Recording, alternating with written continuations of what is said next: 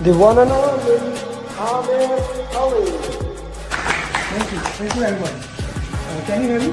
And then I started doing more research and I found you, and I hate doing my videos, but the coaching calls was one of the things. And then you had another video that caught my eye where it was specific, outside the PMP, but I knew this is real content. This is things that will be on exam, right? I did hard work for sure, but I think the follow-up, sir, you did. I don't know how you managed to do the follow-up. With one particular student like me, you have hundreds of students. You are just keeping an eye on each of the students. So after my hard work, I can say that the credit goes to you, sir. That is for sure. Hi Amir, good morning. Yes, I cleared the exam. Thank you so much for your support. And this has happened only because of the customized roadmap and mocks, and you always keep on asking us to do proper RCA, detailed RCA. It happened only because of the detailed RCA. Yes, this RCA helped me a lot. Thank you for all this guidance and support you gave me. Mr. Amir, thanks for our team. So I was just looking at his post, who cleared the PMP, and he used to post the success stories on daily basis. So I reached out to Alina and I asked her how is this program or something. So she said you can trust him and you should join this program if you are looking for it.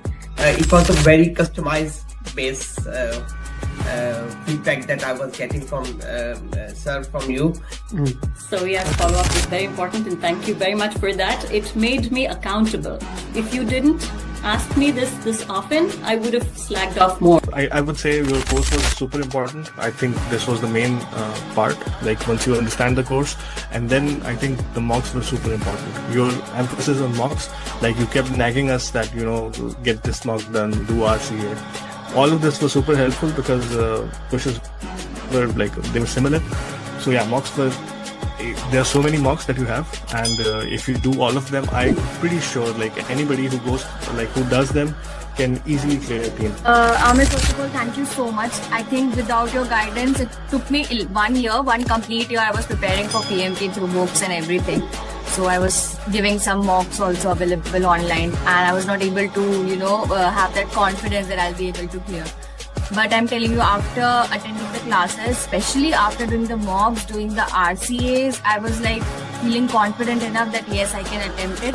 And the day you told me to book your exam, I still asked you that are you sure that I can give the exam? And you said yes, you are ready. First of all, I thank you a lot for the privilege, because when I started encounter with your program through LinkedIn, so some of your thoughts, always motivating me, I can do it. So I always follow you, almost everything, all your journeys. I watch all of them, even the one that they speak in your local language. So that was not an easy journey, and it would not be possible without you. I really appreciate the support. He was always available for my questions and always put me in the right direction. And actually, if I want to say how was the journey, my journey started 2 years back. When I first called you for the SP, and then you directed me to PMP, and then we did SP after that, and then you tricked me to do the PGMP. Thank you so much, and again, Amir, thank you so much, and your mocks are really good. I mean, yeah, please, everyone should do your mock for sure, and then they will be all prepared for the exam. And trust your program. And then you came with your follow-ups, and that kind of really boosted me. Those daily follow-ups, making sure that I was getting the mocks that I needed to do completed, and following up on me, it really boosted my motivation again. And as I was started doing those mocks, I got an opportunity for a job which required me to have PMP, so I had to book for PMP before I get the interview. Mostly coaching goal is for you understand how you will solve the question. Mostly it is like that. We can only do the 10 or 12 questions, maybe less than that. But main thing is it will come into your bones that you have to do elimination technique. So you cannot go just, okay, this is the answer, I will go directly put this answer. That is the main thing. It will come into you that you have to do elimination technique. That is the best thing for coaching all. Yeah. Alhamdulillah, with the right guidance from yourself, I managed to do good in the exam and to clear the PMP. I would say that your approach was really helpful because I'm not that type of a person who would sit there and read a lot of theoretical things to get things done. I'm more of a practical person who would prefer practicing over sticking to the theoreticals. And I would definitely say that the root cause analysis for me was the key. And here's why. Is some people try so hard to memorize all the processes and how they're all linked together. And if you do this, then you got to do that. And some people, maybe they think that way. That was very hard for me. It was just a lot to memorize. I'm not Amer Ali. I can't do that. So for me, just the process of actually answering the questions with your technique of process of elimination.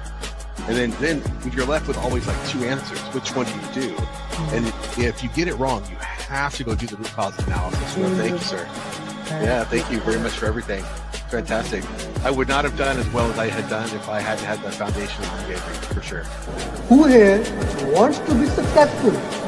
Raise your hands.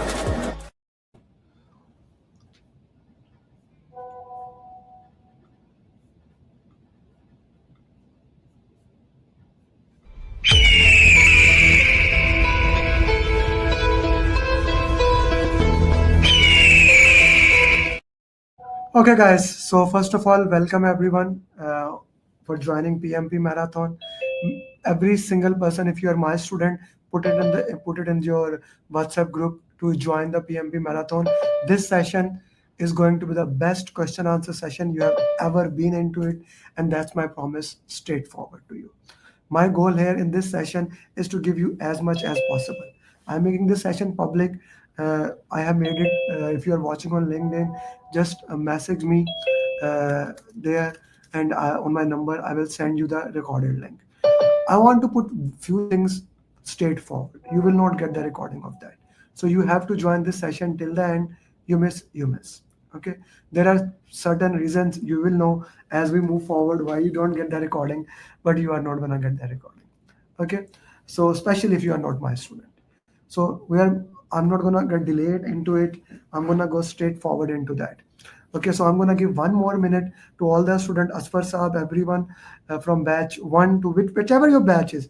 Please message in your group that the coaching call, the PMP Marathon question answer has started, and it's the most important thing. If you are doing more, whatever, leave it, join here. That's the most important thing right now. Okay, without further ado, let me start my Zoom here and my whiteboard. My goal is very straightforward to make sure this session becomes the most important session and you become certified. I want to share here a very interesting fact. One student basically did not join the PMP Marathon. He did not join the PMP Marathon. He did not watch it. His scores were not very good in the real exam. Although he was very good prepared and everything was there, but he was not able to do very well. He cleared the exam because he missed the marathon. This marathon is that important. I cannot put more emphasis on this. This marathon is that much important. Okay, so let me just share it in the mastermind group link.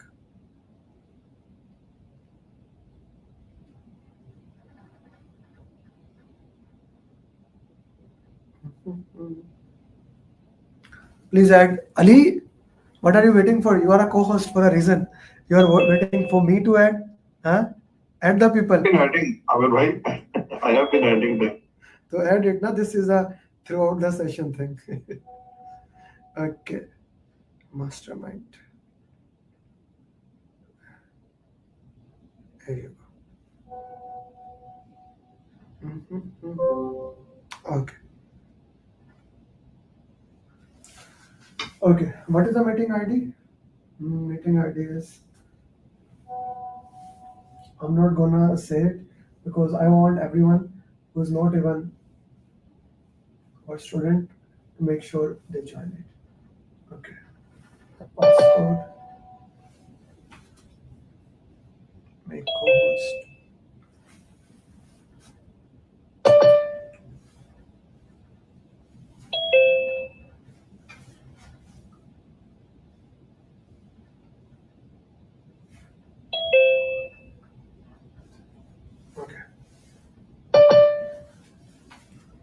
Let's go for it. Okay, so we are gonna start with the most important thing. I have few announcements to make here. Yesterday I started a new series. I sit in the board and made a new flow of the PMP. Tomorrow, first video and the first video on the flow of PMP is going to live.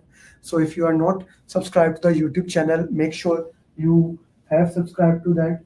Okay, so that you don't miss anything when I do that. In this week, I just started PMP audio series. What I'm doing in that, I'm basically reading Pathway to PMP.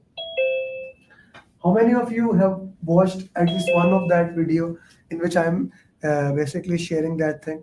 So PMP, Pathway to PMP will be very helpful for you. And it's of course free. I'm just reading it for all of you. Make sure like you have turned the notification on and it will be very good for you. Right? Like even Tayyab Nasir specially requested me. He's the only one actually, to be very true. He asked me, sir, the next video. And I was kind of losing my motivation for not to make. Because I made 2 videos, nobody asked me, I watched it.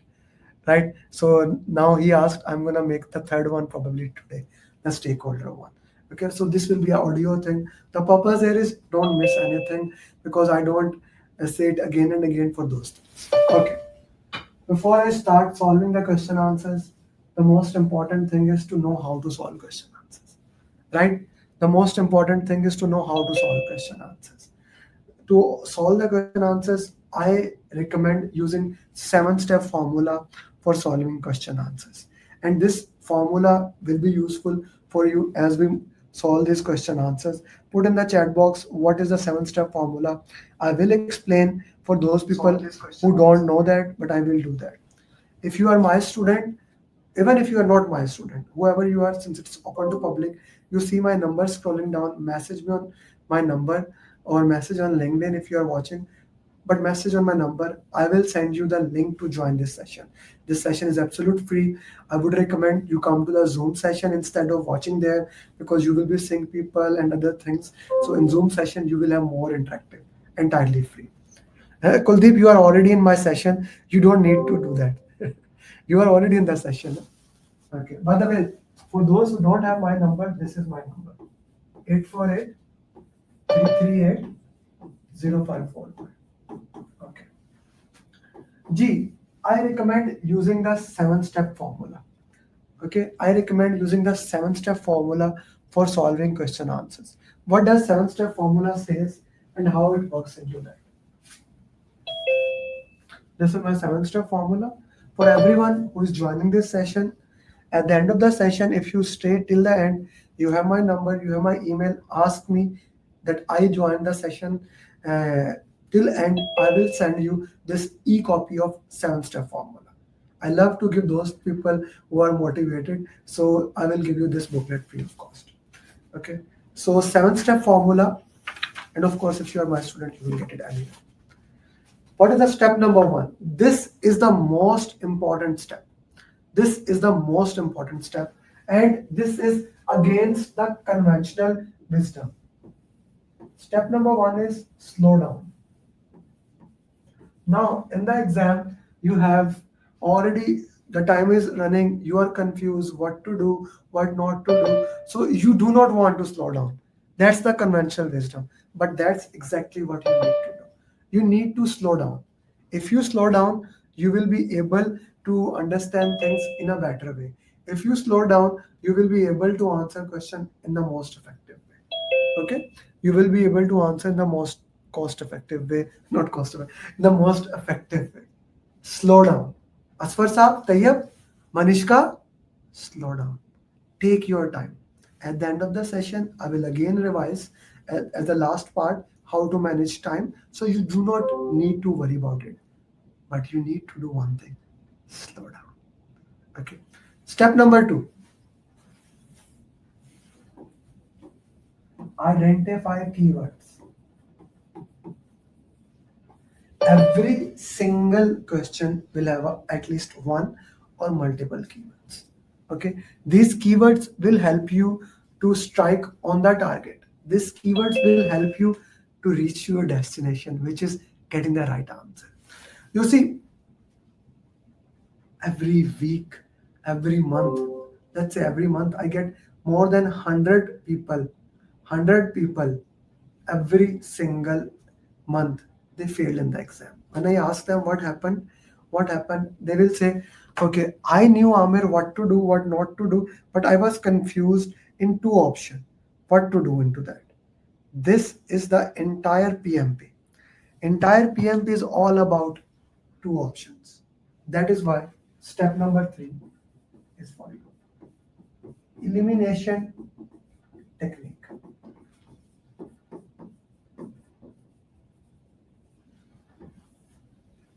Elimination technique. Okay, elimination technique.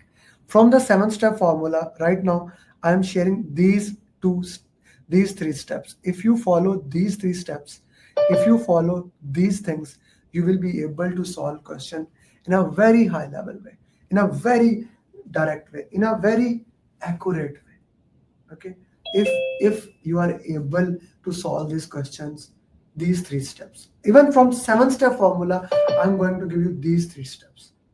Slow down, keywords, elimination technique. Now, there is another step that is very important, and that is step number 4. These 3 are the most important. If the question is more than 3 liners, read the last line first. Why last line first? When you read the last line first, you are able to go down, understand the context of the question, and work in the better way. This really helps, like a magic. Mubashir Saab, this really helps, sir. It works like magic when you read the last line and move into that. Yes, sir. Okay, four steps. Then step number 5, initiation, planning, execution, monitoring, and control and growth. These are the 5 process group. Identify which process group are you in. Why don't you put in the chat box, how do you know you're in initiation, planning, execution, monitoring, and control, or closing? How do you know? How do you know you are there? Put in the chat box. How do you know that? What does happen in initiation? What does happen in planning? What does happen in execution, monitoring and control, and closing? Please put in the chat box. What happens in initiation? What happens in planning? What happens in execution, monitoring and control, and closing? In initiation, only 3 things happen. Project charter is made, assumption log, stakeholder list. These are the 3 things happens in initiation. In planning, we make 18 plans. We only talk about how to do these things. In execution, we will do it. In monitoring and control, we do variance analysis. In closing, we close the project. Identify which process group are you in. Okay, identify which process group are you in.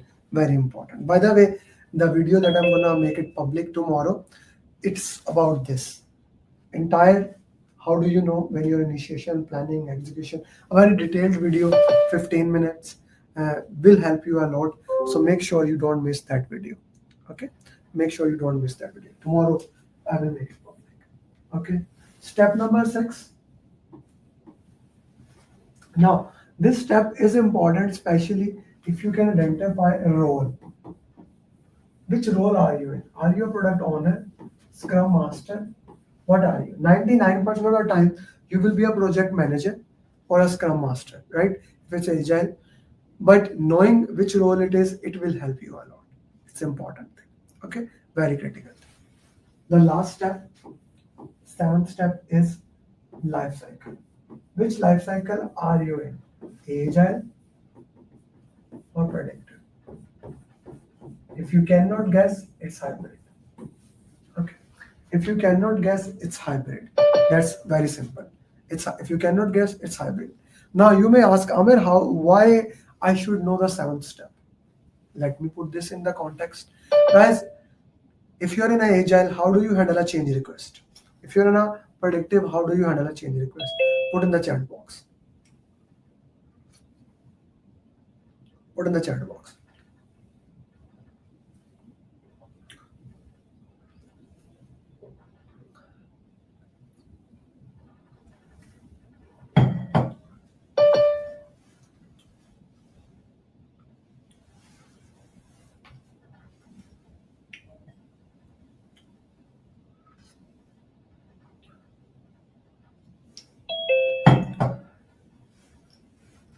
In Agile, you do not need any kind of change request.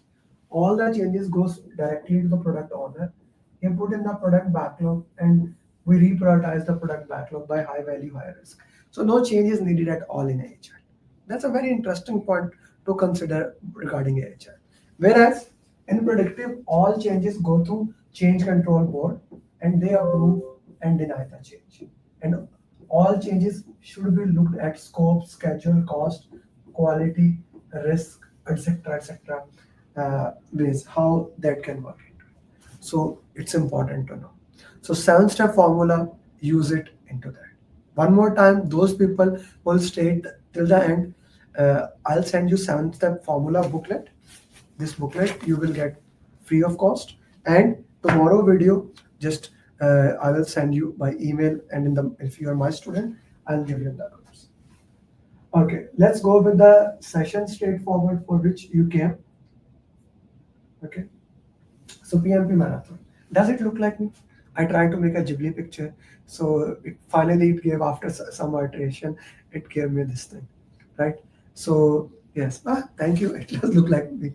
Okay. First, Manishka, it was like after 10 iteration. First, it made my mouth fat, then it made me very slim. So, Ahmad, that hurts much younger.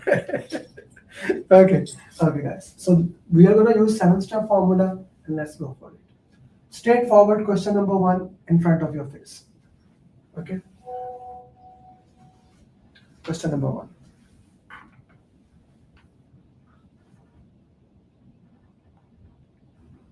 Use 7-step formula and put the answers there.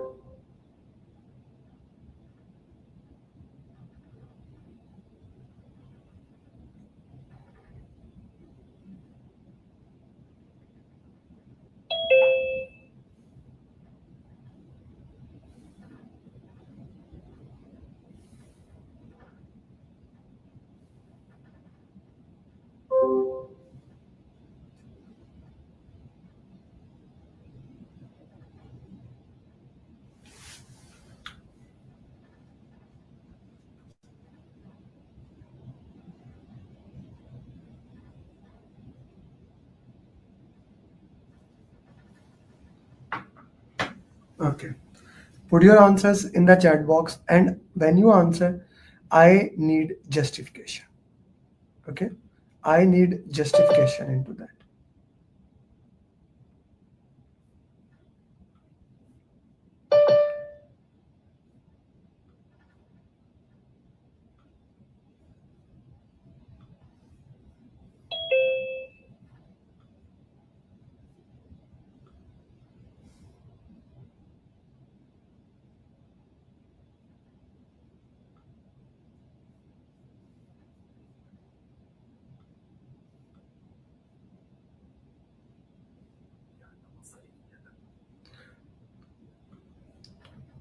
Okay. So now I gave you 70 seconds for this question. Let's see. Which of the following is true regarding this question? Okay, let me ask you one question, and then I will go to the question back. How many of you suffer this thing that you read the, basically, you forget what you read in the question if the question is 7 to 8 lines? Anyone? Put in the chat box. In the chat box. South, note by hand.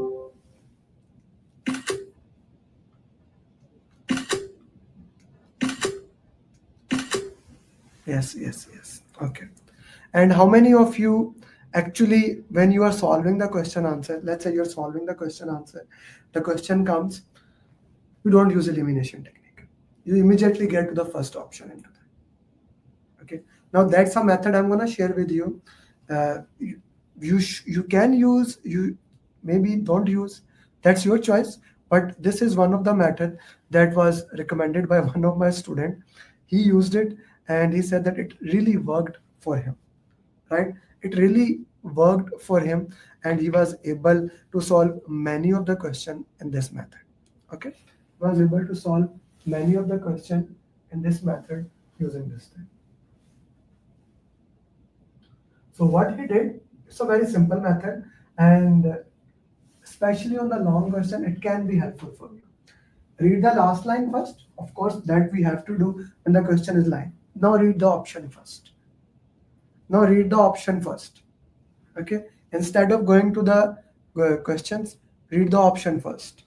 Okay. The behavior is most likely democratic leadership. Now, what is democratic leadership? I should know. Democratic leadership means people vote, and we'll look into that way. Okay. People vote and we go for that thing. The session is 4 hours. We're going to solve 60 questions. Transformational leadership. He take people and he transform them into better persons. That is transformational leadership. Okay. Transactional leadership. You give something, you get something. Okay. You give something, you get something. Situational leadership. According to the situation, it changes itself. Okay. According to the situation, it changes itself. Now, I read the question. The question is 1 page long. And to be very true, Ahmed, who cleared PMP, we recorded his journey on Thursday. He said that majority questions were like this. Majority questions were 6 to 7 liner. Okay, so this is like that. Maybe this can help from you. Now I go to the question. You are a project manager of a Dakota software consulting services. You are working with a major retail that offers its product through mail order catalogs. It's interesting to know customer characteristic, the amount of first time orders, and similar information. At one of your first project meeting, you explained to the team that quality is the number one priority with this project. So now this is a keyword. Okay, this is a good keyword. And the quality is the number one priority. And you will immediately deal with any project results and those who cause them that are not in keeping with this goal. So here, if you look into that, we got our answers. If they don't do, I'm gonna punish them. Okay, I'm gonna punish them. Not a democratic leader. Okay, that is for sure. The last software company that worked with this retailer was terminated because the quality of the product was unacceptable. You tell to the team there will be rewards for those who meet the quality requirements for this project. You also tell them the guidelines for escalating issues with the retail and instruct them that there are deviation for the process. You want to know about anything that has the potential to become an issue. Now, big question, but very easy question. If and only if South, you slow down. If and only if you slow down, understand the keyword. The keyword is, if you do something, I go with the keywords. Quality, guide for if they do good, they get good. If they do bad, they get bad. So that is not democratic leadership. That is not transformational. If it was a transformational, he would have said that he took the team member, changed them in a better way. That is not there. Transactional, yes, can be. Elimination technique says I should go through all options. Even says the answer. Carrot and stick, yes. Situational, no. Okay. So this is C is the right answer. C. C, your right answer for the first question. Okay. This question I put for you, South, especially. In that Tuesday coaching call, you were arguing about this thing.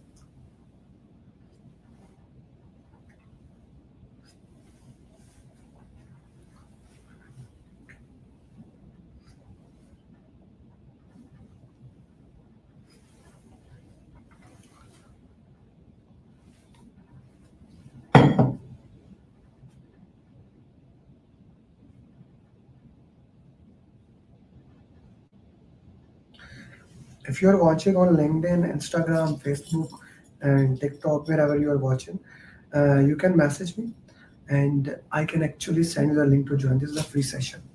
You can join it. Okay. Here, project manager want to estimate the duration of activity. He asked a few team members. One team member says it can be done in 5 days. Okay. The other said in 15 days. The third one said 35 days. Using the triangular estimation technique, what is the duration? Triangular is optimistic, pessimistic, most likely. Okay.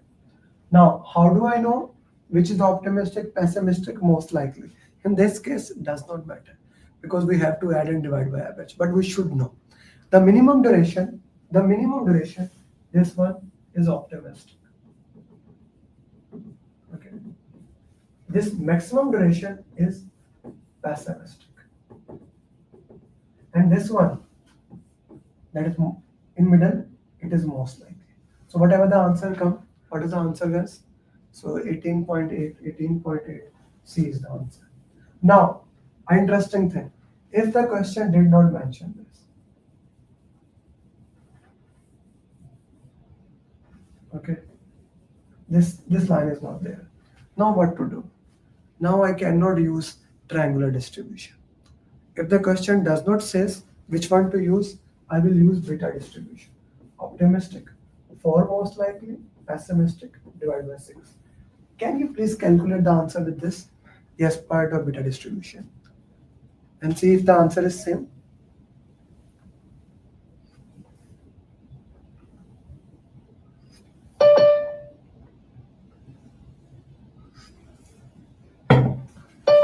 Optimistic, minimum is 5.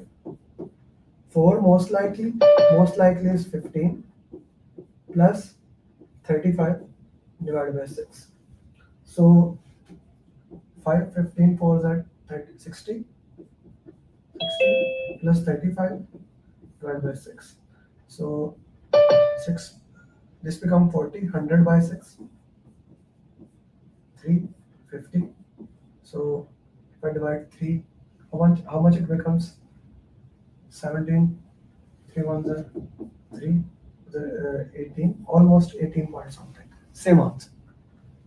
Nearly 16, 17 answers become. What exactly answer become? The math is getting weak. We are getting old. By the way, a very important thing. You get calculator in the exam. So you do not need to even worry about this. So 16.6666. So this cannot be, this cannot be, this cannot be. Still same answer. Still the same answer. My purpose was here to just share with you that the answer will remain same, but use beta. Okay, next question.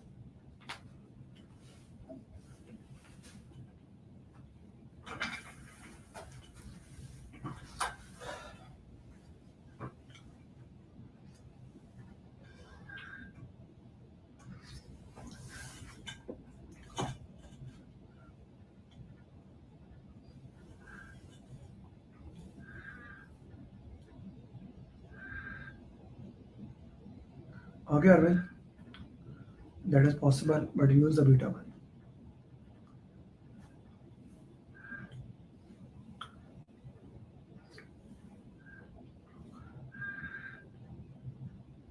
Hemang, Ali Ijaz, Manishka, you are violating rule number 1. You are reading the answer so quickly. Even whatever is it, slow down. Please slow down. Take your time.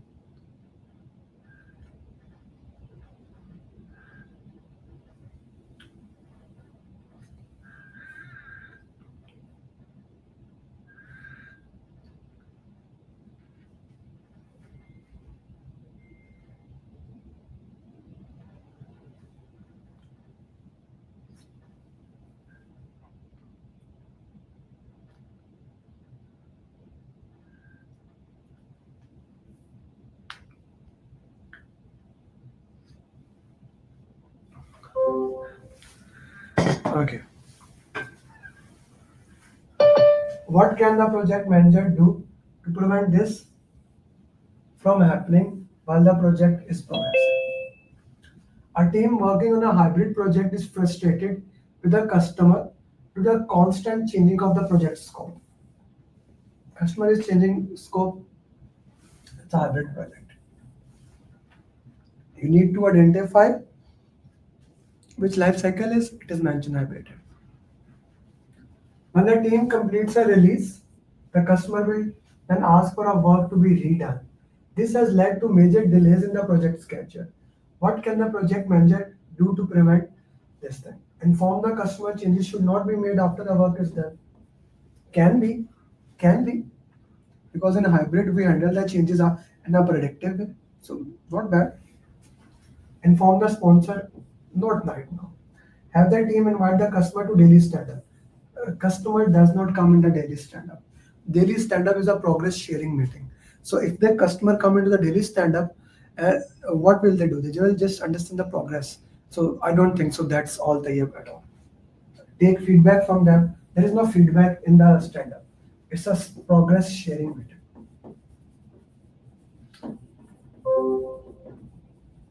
They have to come in a demo. I can do a sprint small. We can do a sprint demo with them or any other session. Ensure the customers are invited to the sprint review. Okay. No. Yes, this is where we invite the customer.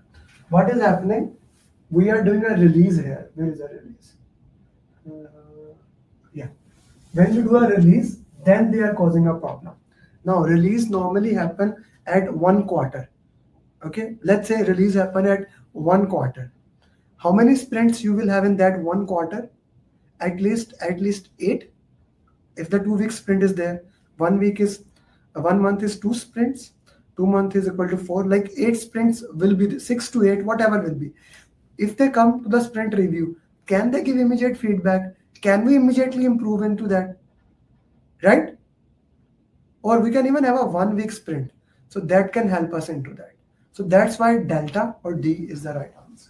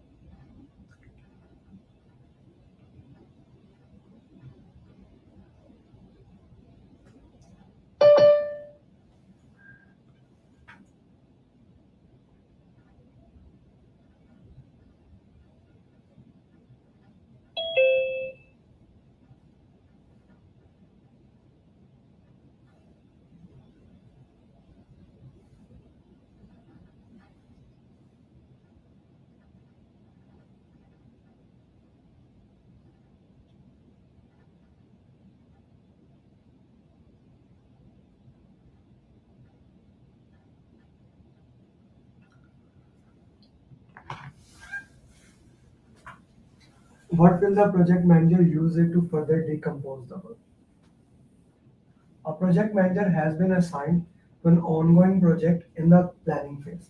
By the way, before even I go further ahead, a new project manager has come in the planning phase. What is the first thing he should review? The question is, a new project manager has come in the planning phase. What he should review? Charter. Good job. A project manager, listen carefully, I'm going to change the question. A project manager comes in execution. What is the first thing he should review now? In execution, project management plan. When the question says, now we are in execution, this means we have already made the plan. Okay, I need to review the plan. The work breakdown structure has been decomposed, but the project manager feels that more information will be needed in order to complete the project. What will the project manager use to further decompose the work? Now, I want to decompose it. Okay, the question is, what will the project manager use to further decompose the work? You made WBS? Okay.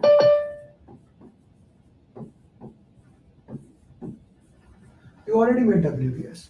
The question is about you already made WBS. So let's go with this question. It's a different kind of question.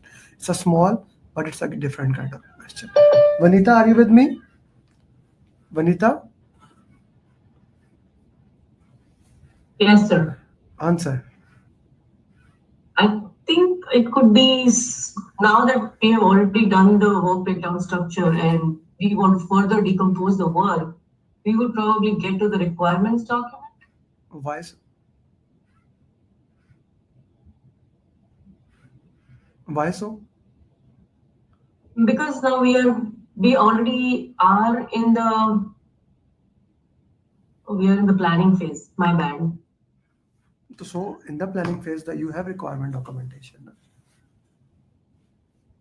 I'm still confused between the C1 and.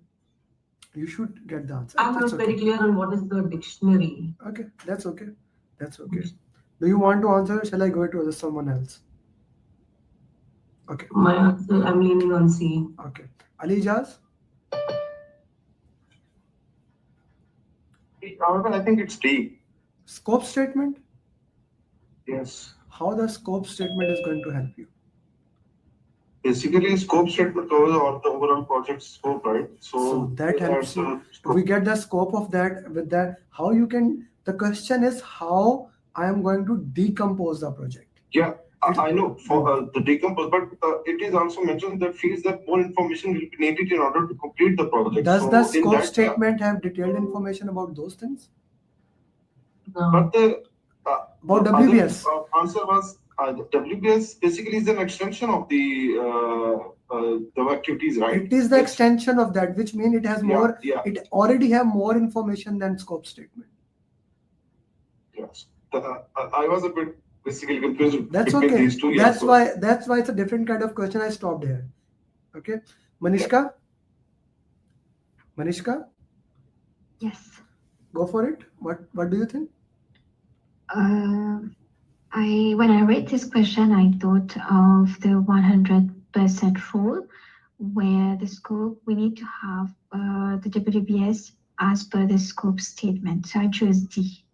You choose D, but does it have the detailed information? Which document? No. Which document has the detailed information about the work packages? Requirements. WBS dictionary. WBS dictionary has every single thing about WBS. You made a WBS, okay? Let's say Ali, Manishka, Vanita. This is a work package. 1.1.1.1.1.2. I want to divide it. Which thing will have every single thing there? Okay, which will have every single thing there. Of course, WBS and WBS dictionary are different thing. WBS is the structure. WBS dictionary is a document which has every single detail about it. It has more detailed. Yes, Ali, more details of activity in WBS. Okay, Manishka, Ali, Vanita, is it clear? Yes. Okay, so yes. Vanita, I did not hear yes from you, sister. Yes, sir. Right. Yeah. Okay. Now I can. So WBS dictionary is the right answer. So guys, think about the angles. Okay.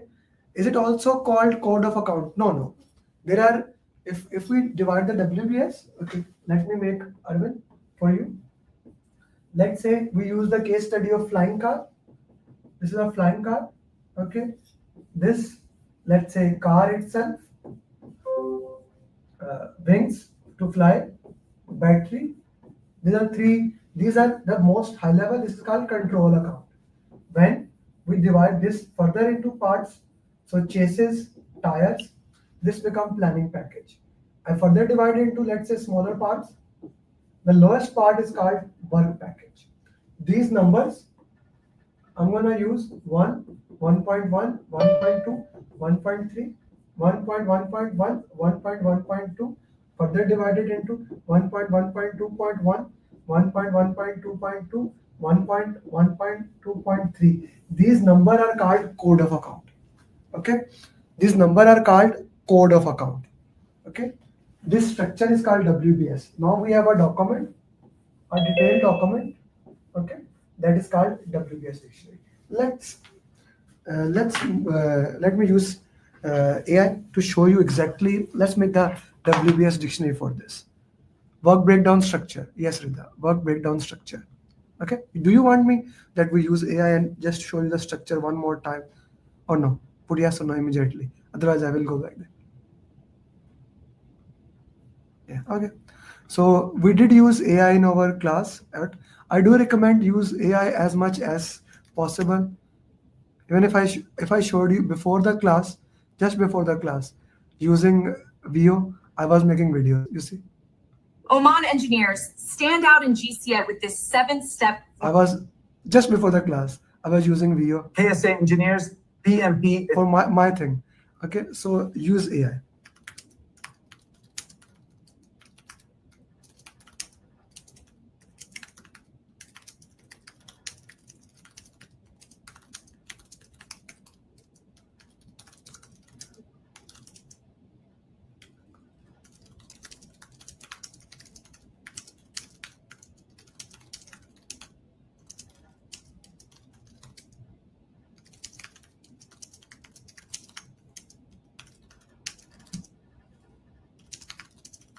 So that's it. The reason why I'm going there is just to show you WBS. This is the first level. The first one will call control account. Okay. Then we divided it into further. Okay. These are just showing you WBS dictionary. Yeah. Yeah. Somebody is unmuted. Please mute yourself. Oh. Okay, I muted you. Okay. This is WBS dictionary. It will have detail of each thing. Okay, every single item things there.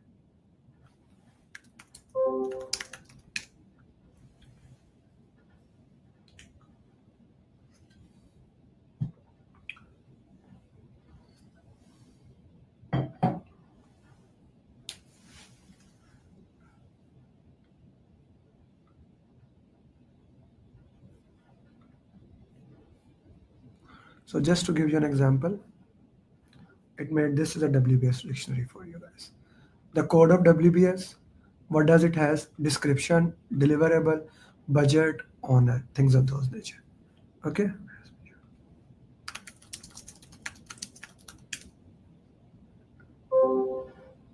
This is kind of a visual for you. You can put it in any way. Okay.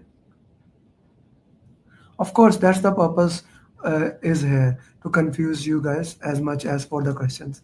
If you are not confused, it will not be fun.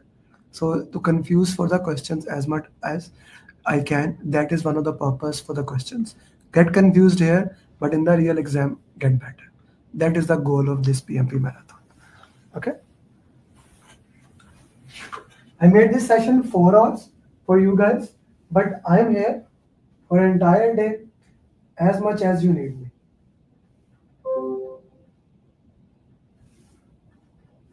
Okay, so this question is done. Let's go to question number 5. Now, this is a question that came in exam. Okay, so I'm gonna need one person to solve question with me for this one. Ooh. Akhil Verma, can you talk? Akhil Verma? Yes, sir. Am I audible? Mm-hmm. Can you do that for me, please? Yes, sir. Okay. This So is we called have drag and drop power- question. Okay. G, how you are gonna manage? Okay. Ji, Akhil. Okay. So, power interest, finance manager, manage closely.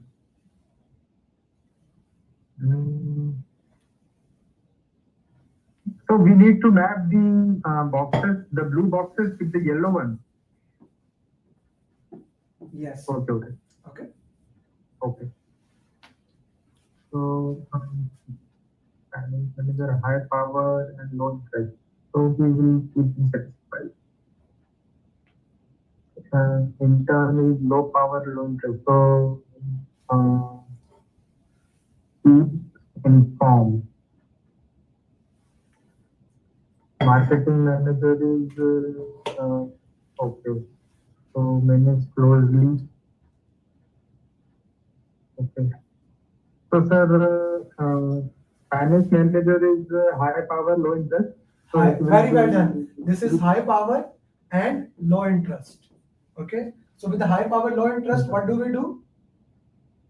Satisfied. Keep satisfied. Very well done. A is 4. Okay. 4. Okay. What about intern? Intern is low power, low interest. Low power, low interest. What do we do with them? Keep informed. No, we monitor them. Monitor. They low interest. Na? Why would I inform them? Interest means they are not interested. So informing them would not make any sense. Okay, informing them. Okay. Okay. Okay. Marketing manager, where does he go? Yeah, manage closely because high power and high interest. High power, high interest. Okay. So marketing manager, you manage it closely. HR representative, low power, high interest, low power. So more interested. So him, I inform. Okay. Okay. So in the real exam, what you will be doing, guys, you will be actually dragging it from there. Let's see if I can do that. So in the real exam, you will be moving this way. I'm just giving it the example. Okay. So not this one, got my point? You will be dragging from one side to another. Okay. Anyone who is not clear about this question, please do ask. This is why FM, H power, high power. Rida, unmute yourself. Rida sister, unmute yourself if you can. I guess she can't. So this is high power. Since you see, I need to see this thing. Here his power is high, but he is not interested. So when someone is not interested, I need to keep them satisfied. That's why. Okay. When someone is not interested, I need to keep him satisfied because they are important. Okay. Next question.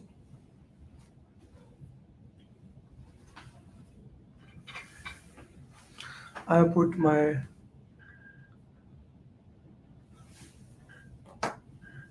okay, whatever works for you, that is okay.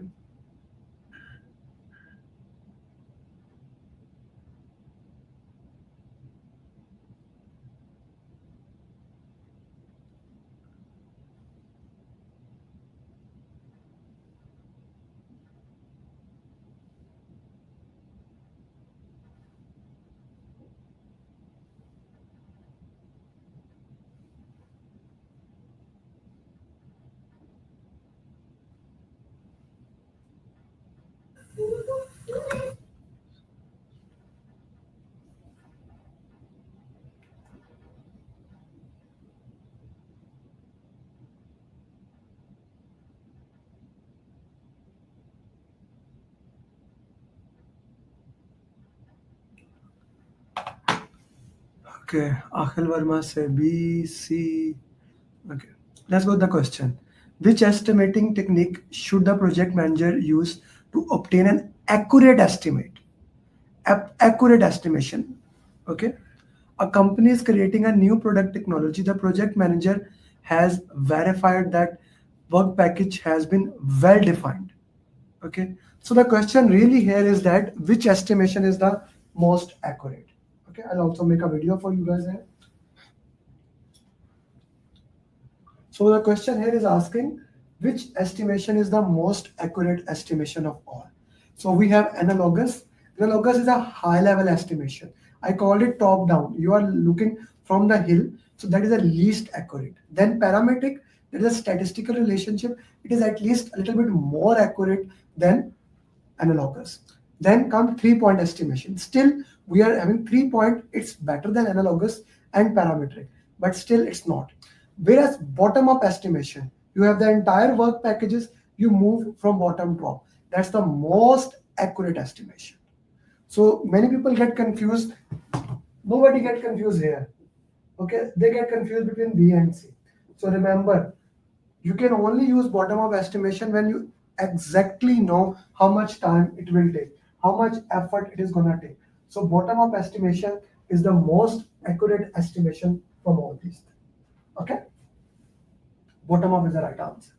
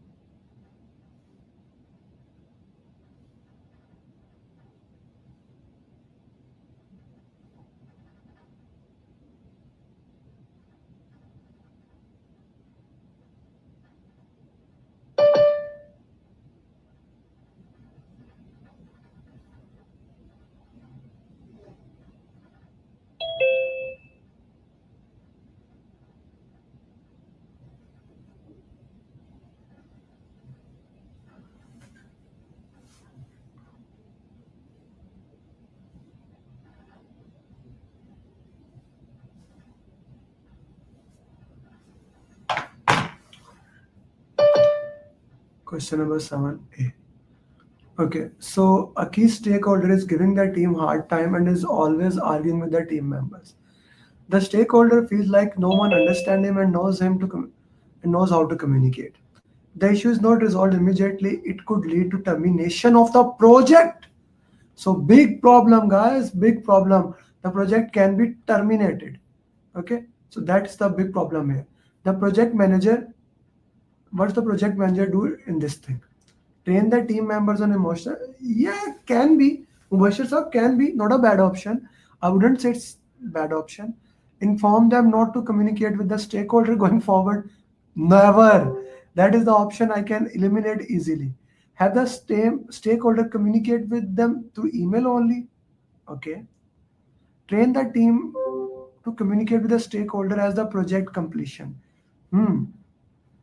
Okay. Again, not a bad option. It's a good question. So I want to go with my students to discuss this thing. Manaz? Yes, Amir.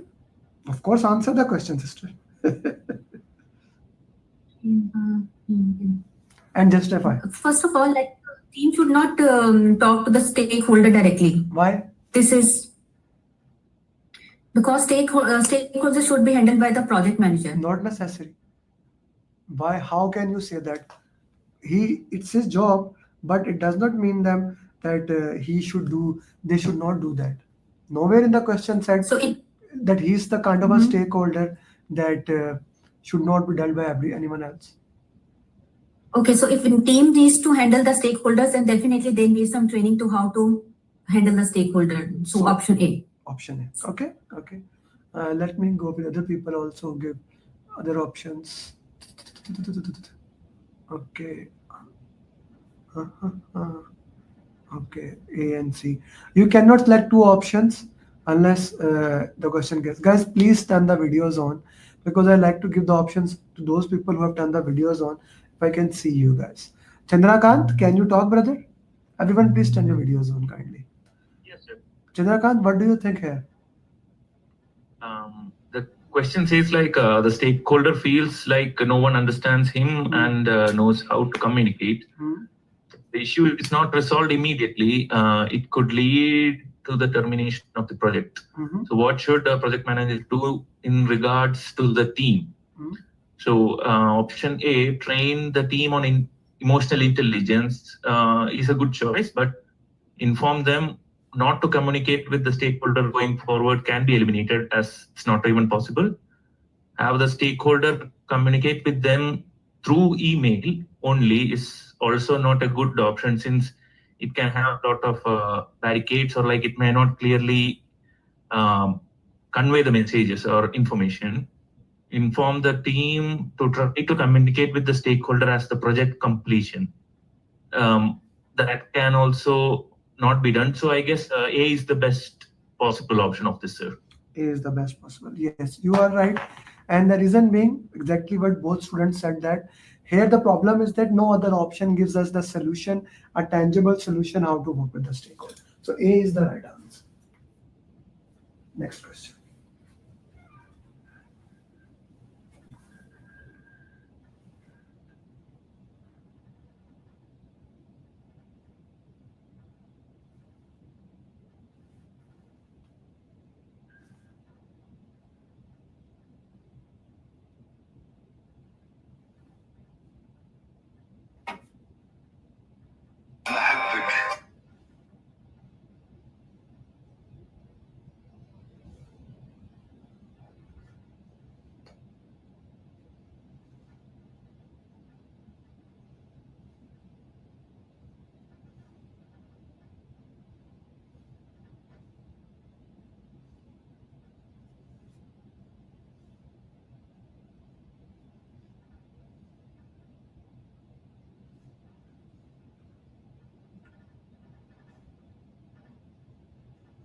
Okay, this question has a very interesting point, and that is what he should do first.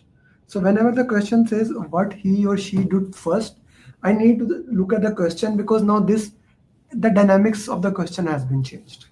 Okay, so if you look into that, what should he do first? A project is completing the deliverable, and a key stakeholder who will be unavailable for a few weeks during the project. The stakeholder will be the person to approve the deliverable. Now, what is the first thing to do?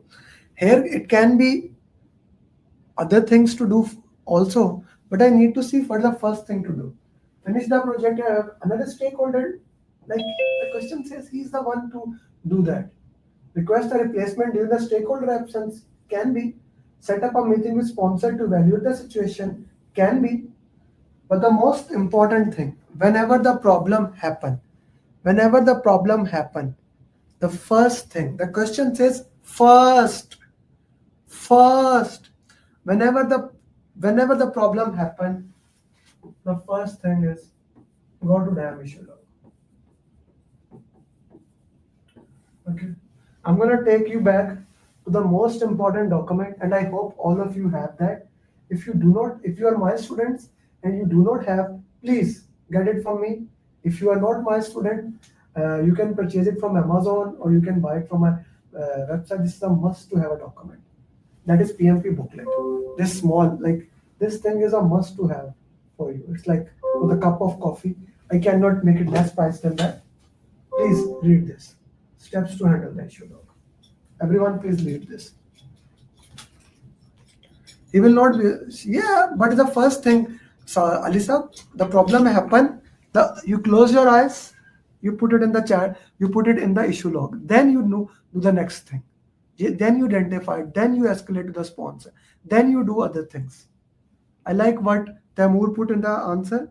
First you do this and then you do that. Okay, that is the way into that. Please read steps to handle the issue log.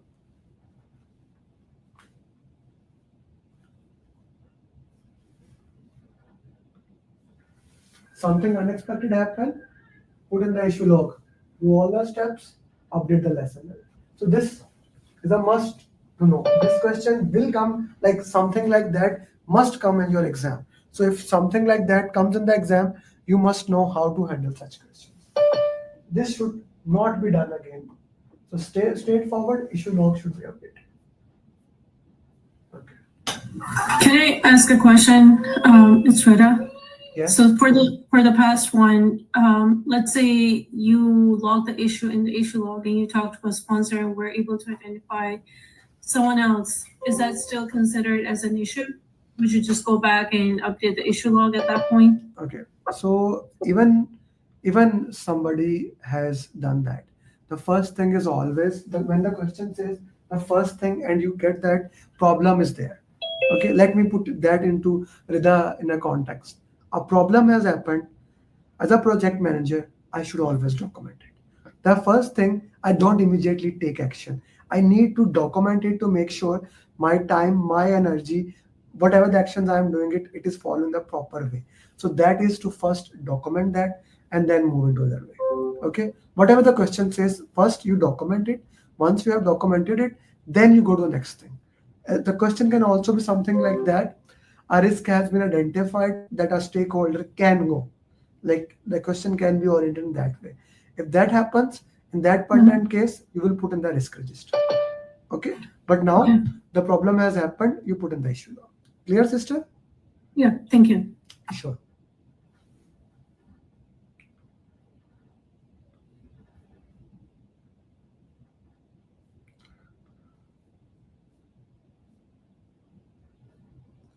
Okay, so what should the project manager do first? Again, first. Okay, a small team is working virtually on a hybrid project and is having a difficult time being committed to the project. This has led to work being incomplete and defects in completed work. Okay, so we get work that is incompleted and defects in completed work. What should the project manager do first? Meet with the team as a whole and inform them of the issues and have them resolve it immediately. Can we?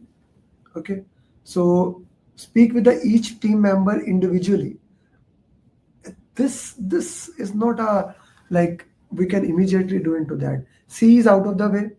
Meet with the project sponsor. Okay, remove the team members that are having issues and replace them. So C and D are immediately eliminated. Okay, so what is the best way to look into that? Okay, what is the best way to look into that? Let's discuss it. Ravi Lalo, are you with me? Ravi Lalo? Ravi Lalo, are you with me? Guys, please turn the videos on so that at least I know who are with me, who is not with me. Okay. Rajiv? Rajiv? Yes, Amit. What would you do? I'll still go for option A. Why? The keyword identified that it's a small team. Okay. And if I go for individual members also, I can convey altogether that there is a problem, and then the team can start working on that resolutions. So one-to-one will also identify in the same way, the way I'm communicating to the whole team, because the size of the team is small. Okay. So your answer would be? A. A. Okay. Okay. Dana, are you with me? Dana? Yeah, I'm here. Yeah. So why would you say B? Yeah, since it is a small team, I will first try to speak with each member individually and try to get the information, and then I will call for a team meeting. Another important thing that you guys missed in the option A, Rajiv, is the last word of the question. That is not a language of PMI. Immediately. The biggest problem with the first option is everybody read it again. What is written in the option A? Okay, yes, B is correct. Exactly, you are saying the first option, C and D has no value at all. But the first option has last word as immediately. That is not something that we do. We analyze the issue, we go to the root cause and work into that. Beta is the right answer. Okay. Oh, one of my favorite drag and drops. I actually bring this one all the time. Who has exam very quick? Sunil, want to play? I guess I will play, but I'm not sure. Okay. I'm not sure that's right. Okay, that's okay. That's okay. No issue. No issue. Sarah Naseem? Sister? Yes, I'm here. Want to play? Yes. Sure. Yeah, let's do it. Go ahead. Do the same. You need to match right with left. Right with left. Okay. Okay. First of all, before you even solve the question, can you explain me what are these four things? Okay, so I'll go from D to A. First is the Parkinson's law.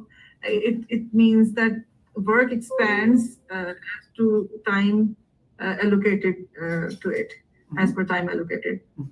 C is self-protection. It's more of defensive thing. Honestly, I'm not sure about it. Student syndrome is like students mostly do, that they delay and what do you call procrastinate things till the last moment, and drop button. I forgot. Sorry. Okay. I'll get to. I'll explain one more time, and I'll make a video for all of you guys. Remind me to send it. I'll explain all this four terms so that you can understand for PMP. So dropped baton. This means loss of information. So I say one thing to my team member, they say to another team member, but let's say there are 10 team members, and that when the 10th team member come to me, the entire information has been changed at all. This is dropped baton, loss of information. The next one is student syndrome. Student syndrome means you delay the task till last responsible moment. For example, I'm preparing for this PMP marathon. 11 a.m. is the marathon. At 10:55, I am reviewing the question answer. I'm delaying it to the last responsible moment. This goes to all the students. They delayed till the last responsible moment. Self-protection, like this goes back to Maslow's theory that we try to protect our interest over everything else. Like if I have a pain in my teeth, that is more important to me than, let's say, tsunami came to another continent. I do care about that, but my protection is a number one thing. Parkinson's law. Parkinson's law says that if I give something 30 minutes, it will take 30 minutes. If I give it 2 hours, you will take it 2 hours. So time expand as time you give to something. So these 4 things are important to know for PMP exam. Yeah, go ahead now. Should I solve it? Yes, sister. Okay. Workers use all the time allocated for an activity regardless of how long it actually takes to complete the task. So one is Parkinson's law. First one, yes. Second is procrastination in starting activities can use up valuable slack built into the activity duration. Procrastination is student syndrome, which is B. Number 3, an activity is not ready to start and the preceding activity finishes early, resulting in the lost time between activities. This is a drop button, A. And 4, workers are reluctant to finish tasks early as to not to communicate their efficiency and set precedents for future tasks. So this one is very well done. Very well done. Very well. Yeah. Okay, so how this question resonates, you see, especially with the self-protection, this does, every single person does it. Okay, so if our boss give us the task and we complete it quickly, we have this fear that if I complete the task quickly, what will happen? My boss will give me more task. Okay, and those who don't do that, so they will not have to do into that thing. That's self-protection. Actually, this is exactly opposite. Those people who become successful, they do more tasks, train other people, and move ahead. Ji Adnan. Adnan, unmute yourself. Yes, sir. So today, actually, I solved a question in which there was an activity and the team finished the task earlier. And instead of waiting the project manager decided that we will not wait to waste the time. We will not wait to waste the time. Instead, we'll finish the task as soon as possible before the planned schedule. So that was referred to as Parkinson's law. So I'm getting confused about this scenario. Can you please differentiate? So Parkinson's law does not says that you need to do more time. It says that if we give less time, okay, now project manager, let's the task is 1 week. Project manager says we are going to compress it in 1 day. The team will do in 1 day. Okay, so yes, that was the question there. It was 1 week. He compressed it. He worked into that. So that's a Parkinson. It's both ways. Okay. Like for example, Elon Musk says that set a goal for 10 years, and then like what are the things you are going to do in 10 years, then compress it for 6 weeks. That's a Parkinson's law in another way. It's both ways. Okay, cool.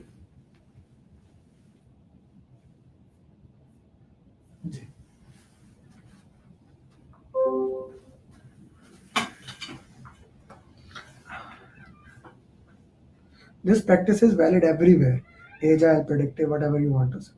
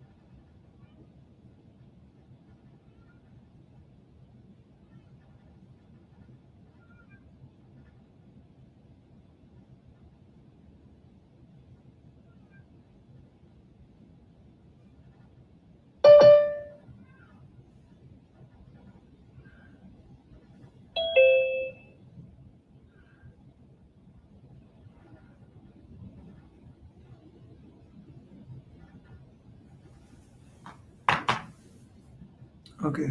So the question is, yes, Simon, your question? Sorry to interrupt. In previous question, the Parkinson law is model similar to procrastination, am I right? So the number three should be related to No.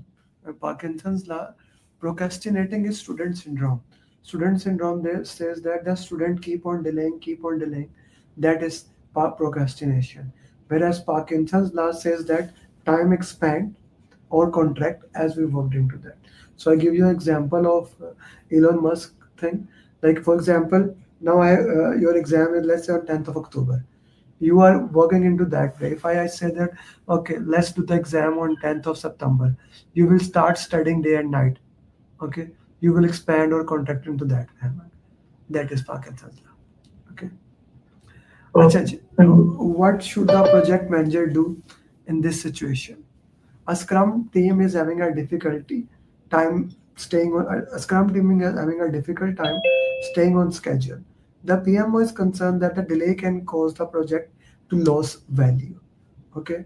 The project manager realized that this is caused by the team members not having the correct skills. The skills is a problem.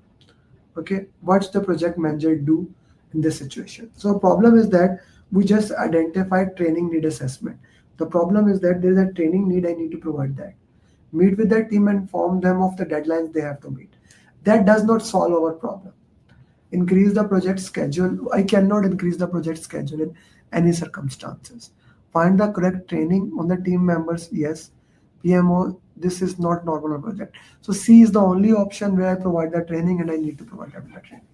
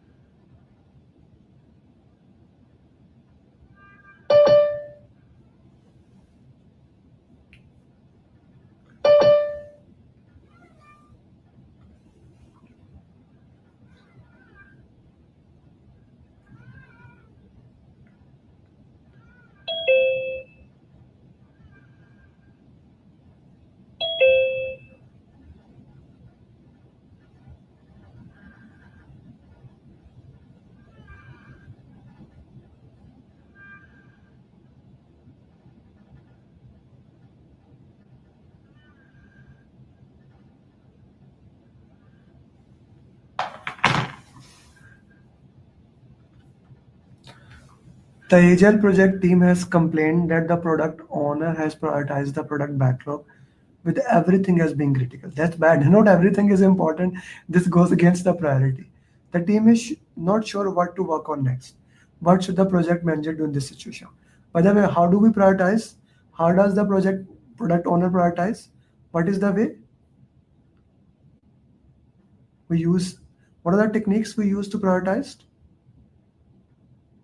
High value, high risk, and we use high value, high risk, and we use Moscow or 100 points for that. Have the team prioritize? No, team cannot prioritize. Have the team choose what is most? No. Meet with the owner and educate whether C is good, D no. So only option here C is the right answer. It's an easy question. Question number 40.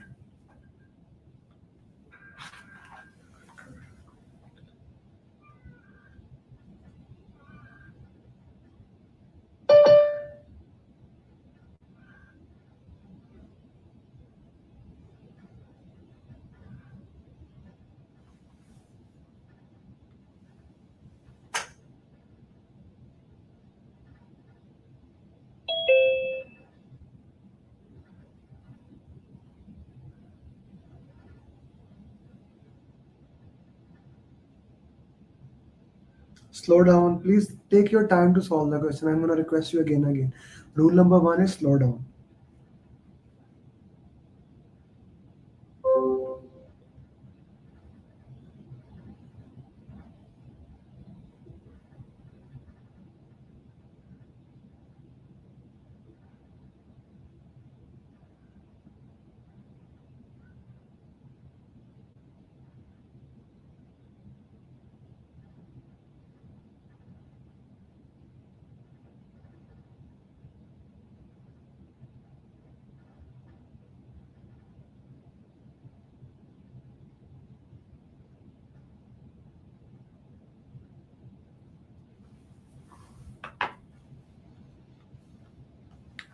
An organization has signed a fixed price contract, okay, the vendor to upgrade his current network. The project manager thinks that due to a certain network component, the project might be delayed by more than 2 months. Okay. The vendor has stated that this will not happen. What should the project manager do in this situation? Hire a new vendor. But the question says that the vendor has stated this will not happen, right? That it will not happen. Okay, so I cannot just hire a new vendor. Implement a change request to extend the project. B is also eliminated. Update the risk register. Now you think it can happen, so this means it's a risk. It may or may not happen. So when it happens, I should have a plan for it. Update the procurement. No, C is the right option. C.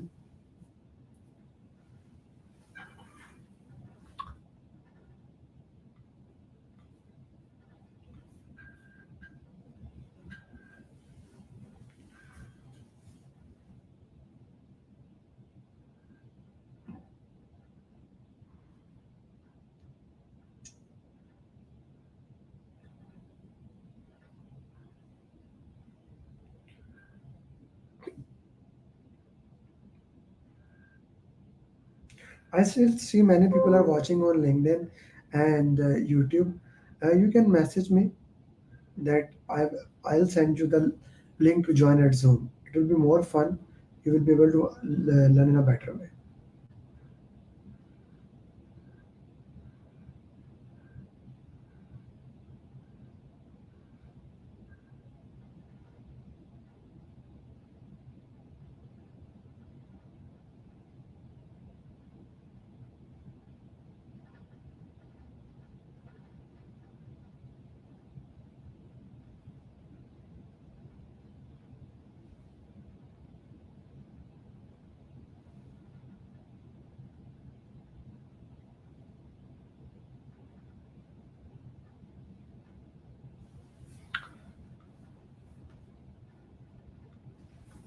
A Satish says C.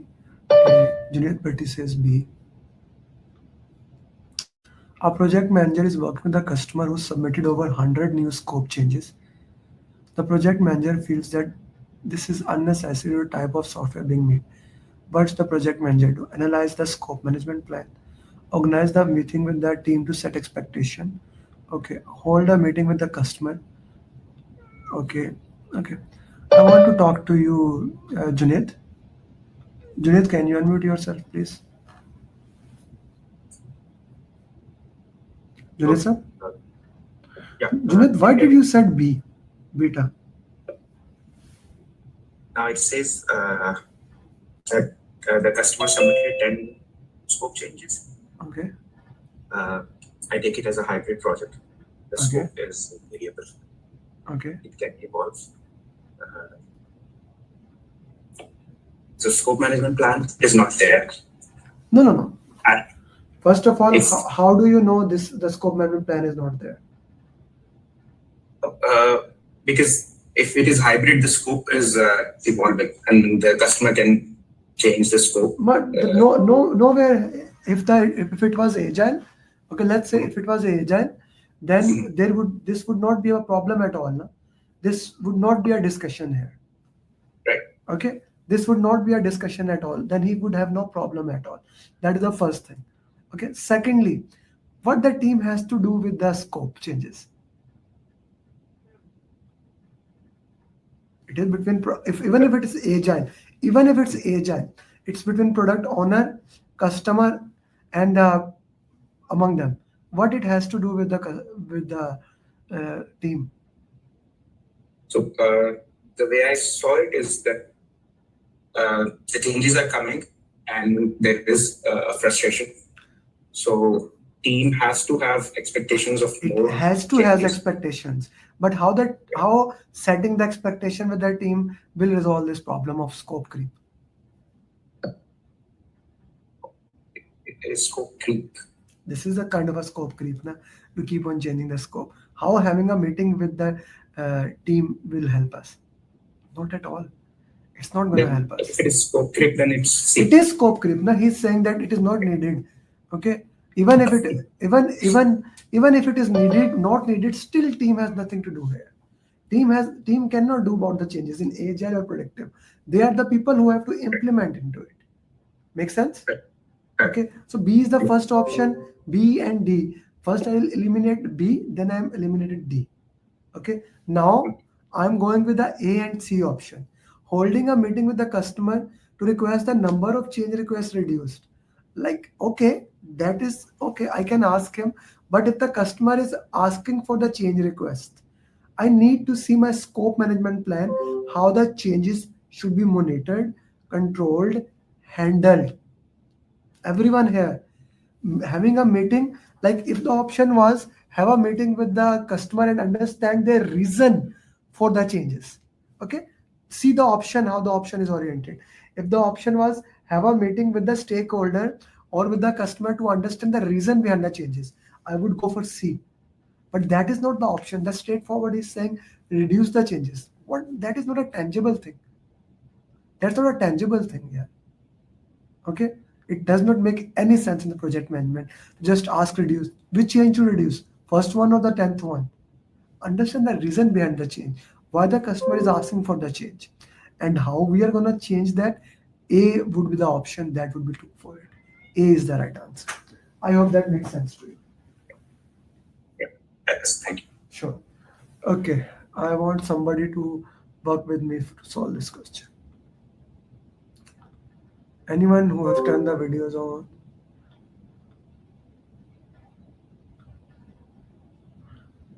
Kashif, do you want to solve it, brother? Kashif? Or no? Yes, sir. Yes, sir, I saw. Solve it, please.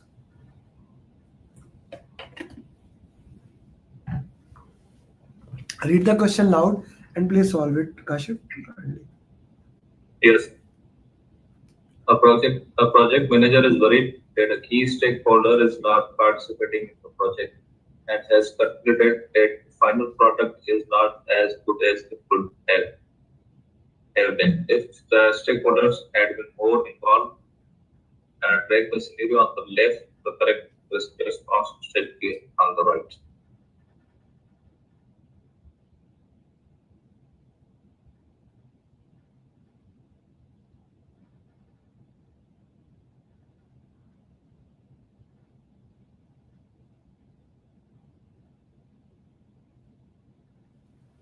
G. Yes.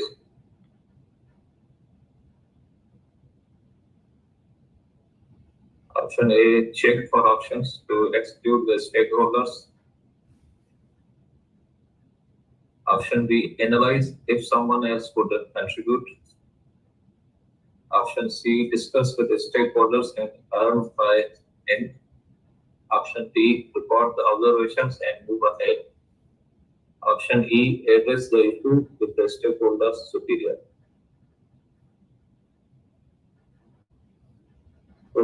So, in this situation,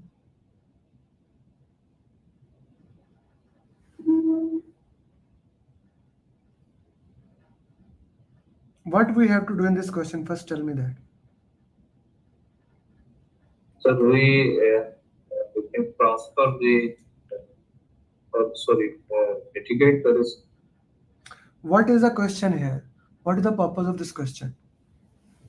Kashif sir? The question says the project manager is worried that it's a drag and drop, whether it's a drag and drop question, which means we have to match right side with left.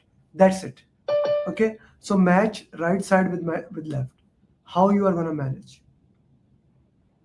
Ji Kashif sir. Yes, sir. Explain me what is avoid, what is mitigate, what is accept, what is transfer, what is escalate. Can you explain that for me, please? Yes, sir. So mitigate when we plan the risk response to mitigate the risk, and escalate it. What does mitigate mean?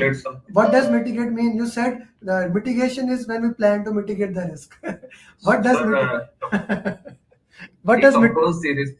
Decompose the risk. We what? So what? minimize the risk. Good. Minimize the impact, probability or impact. Good show. What is escalation? Escalation, sir, we escalate. We explain escalate to anything, the sir. management. Okay, we send it to management. Okay, what is avoid? Sir, avoid that we are kill the risk, like Kill the risk. We kill the risk. Good job. What is accept? Accept that we identify the risk and accept that risk and plan for that. We plan for. We put in the risk register, set a risk owner, we plan for. What is transfer? So transfer is like the anything we transfer to the third party. I'm proud of you. The way you explained it is very good. Good job, Kashif. Now match it. Just let me make the video for you guys so that you remember it. You can get a drag and drop questions on the risk management strategy, risk response strategy. Whenever the word avoid comes, it means you make probability 0 or impact 0. 0 multiplied by anything is 0. So this means you kill the risk. Avoiding is kill the risk. Mitigate. When you cannot avoid, you mitigate is decrease the probability or impact, right? So you decrease the overall impact of the risk. Escalate it. The risk is above your threshold, you send it to the sponsor to handle it. Accept it. Risk is too small or it is not important to handle it right now. You put in the risk register, you set a risk owner who will implement the risk response plan when the trigger of the risk occurs. Transfer, you buy insurance or premium to third party, now they are responsible to handle the risk. G, now let's go to the one by one option. Checks for option to exclude the stakeholder. Exclude mean remove. So what will be the answer here, Kashif sir? Sir, option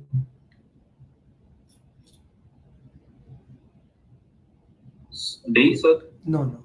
Exclude mean remove. Kill the risk. That is avoiding. Okay? Exclude mean remove at all. Like for example, let's say nowadays in Pakistan there's a flood, so you exclude going to those areas. That is avoiding the risk. Okay? Yes, sir. Next one. Analyze if someone else could contribute. Someone else is here. Someone else is there. So what did you say? What was the option when someone else is involved? Sir, transfer. Good job. Transfer. Very well done. Next. Discuss with the stakeholder and earn by. Sir, escalate. No. Sorry, sir. Accept. No. Transfer, sir. No. Leave this option. Go to the next one. So we have already done avoid. We have already done transfer. G. Okay, sir. Option D is record the observation and move ahead. What is this? So I think this is a split or a set. No, brother. No. You explained so beautifully the strategies, but you are not understanding what the question is saying. The question says you accepted the risk and you move ahead. This is acceptance. Okay, this is acceptance. Address the issue with the superior. This is escalation. Okay, this is escalation. Now you are left with one option, that is mitigation. So that's a very beautiful way to solve a drag and drop question. That you, whatever you are not clear, leave it. Move the next option, and then you will be able to match it correctly. Okay. So I like to say that remove the impossibility. Whatever remain is the right answer. Okay, thank you, Kashif. A little bit need to work on things. Some things are good for you, okay, but something need to be improved. Yes. Next question.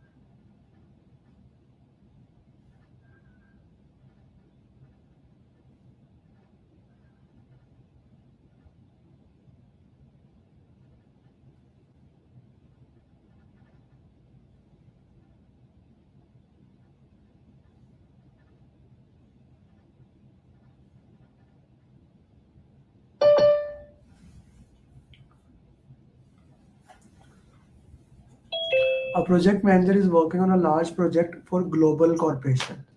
After conducting a stakeholder analysis, the project manager decided the best way to communicate would be through virtual meetings. The sponsor would prefer email since it is what the organization uses the most. Why should the project manager do that? Meet with the sponsor and educate him the benefits of virtual meetings over emails, change the communication plan to reflect emails, inform the team, ask the PMO what would be best.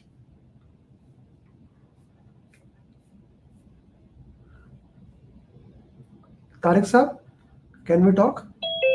Mirza Tariq? Yes, sir. Why B? Because the communication done through the communication management plans, so it's already described over there how to do the communication. So if there is any change, so we need to change the communication plan. Okay. Why would I need to change it? Because they ask us instead of like virtual meeting through the email, they want to do the communication. Okay. Okay. Hold that thought. Who else? Abdul Alim? Abdul Alim, can you talk? Yes, sir. Why A? Because virtual meeting is more comparatively good as compared to emails. Okay. Okay. And who decides that?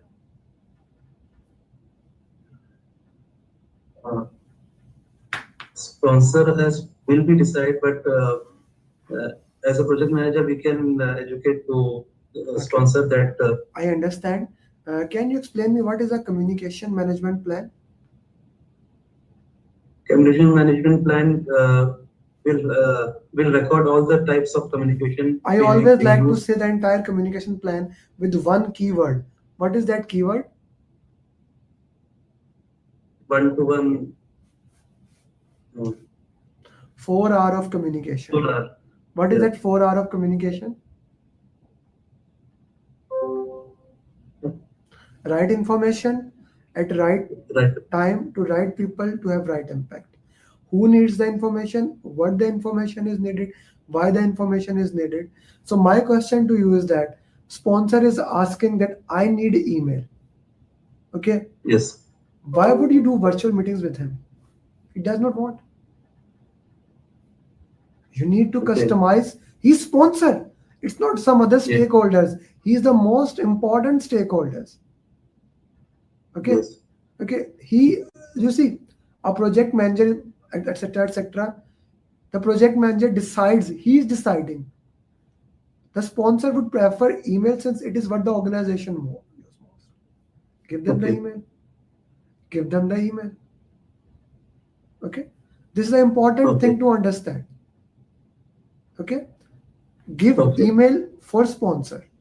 Give email for sponsor.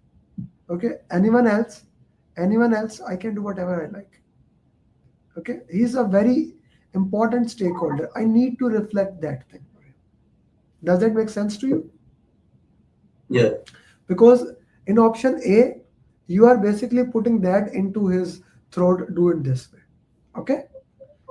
Okay. Acha, Mitesh, can you unmute yourself? Yes. Why did you say D? Because I don't know if I feel that it should be, according to the question, I feel it should be virtual meeting, but the sponsor is opting for email. No, so he's asking for that now. So you change the plan. That is what the communication management plan says. That whenever any stakeholder wants the information in a different way, we do that. Okay. Okay. So let me make this short video for you guys. I'll remind me at the end. I will send this in the main group. So yeah. So this is kind of an important question where you decide to have a virtual meeting for a global project, but sponsor says I want only emails. Please remember 4 hours of communication, right information at right time to right people to have right impact. You need to give the information to the key stakeholders in a format that they want. They want video, give them the video. They want meeting, give them the meeting, right? So the most important thing is change the communication plan. That is B. First do that, and then you can have a meeting with him. But first and most important thing, the stakeholder that are important and sponsor is the most important stakeholder. Do in a way that he wants. Ji Adnan. Let's say Okay, just one thing. I guess Mitesh. Adnan, a second. I guess Mitesh was not completed. Ji Mitesh, you still have something? Yeah. Let's say it's not the sponsor. It's very high power, high interest. If someone is high power, high interest, we still do that for him. So we never go to PMO. When do we go to PMO? If we need tools, templates, and things of those nature, do we need any tools, template from them? Do we need lesson learn register from them? 90% time we never go to the PMO at all, unless the question says you are working in a directive PMO. Okay. Okay. Yeah. Okay. Ji Ahmed, sorry, I was not able to answer. Ji Ahmed. Adnan, sorry. Adnan, you raise your hand. Yes, I want to ask you that in this question, we are considering it as a hybrid project, right? Does not matter. Even if okay, just in case if the sponsor is replaced by the product owner, in that case, what the Scrum Master should do? Same. First of all, if it was this question would not be like that. This question is more of a predictive or a hybrid type. If you replace sponsor with that, a product owner should attend daily stand-up. Okay, the question would never have asked this thing, because then the communication plan is not in Agile at all. We do not have any plan in Agile. Adnan? Okay. We do not have any plan in Agile. Ji Junaid sir. Okay. Ji Junaid sir. Yes, sir. So we changed the communication management plan only for the sponsor. The virtual meetings still remain there for the rest. It can be there, no? Because we need to, you see, the most important stakeholder, we need to satisfy them. It goes without saying. The most important stakeholder, we need to assist them. Okay?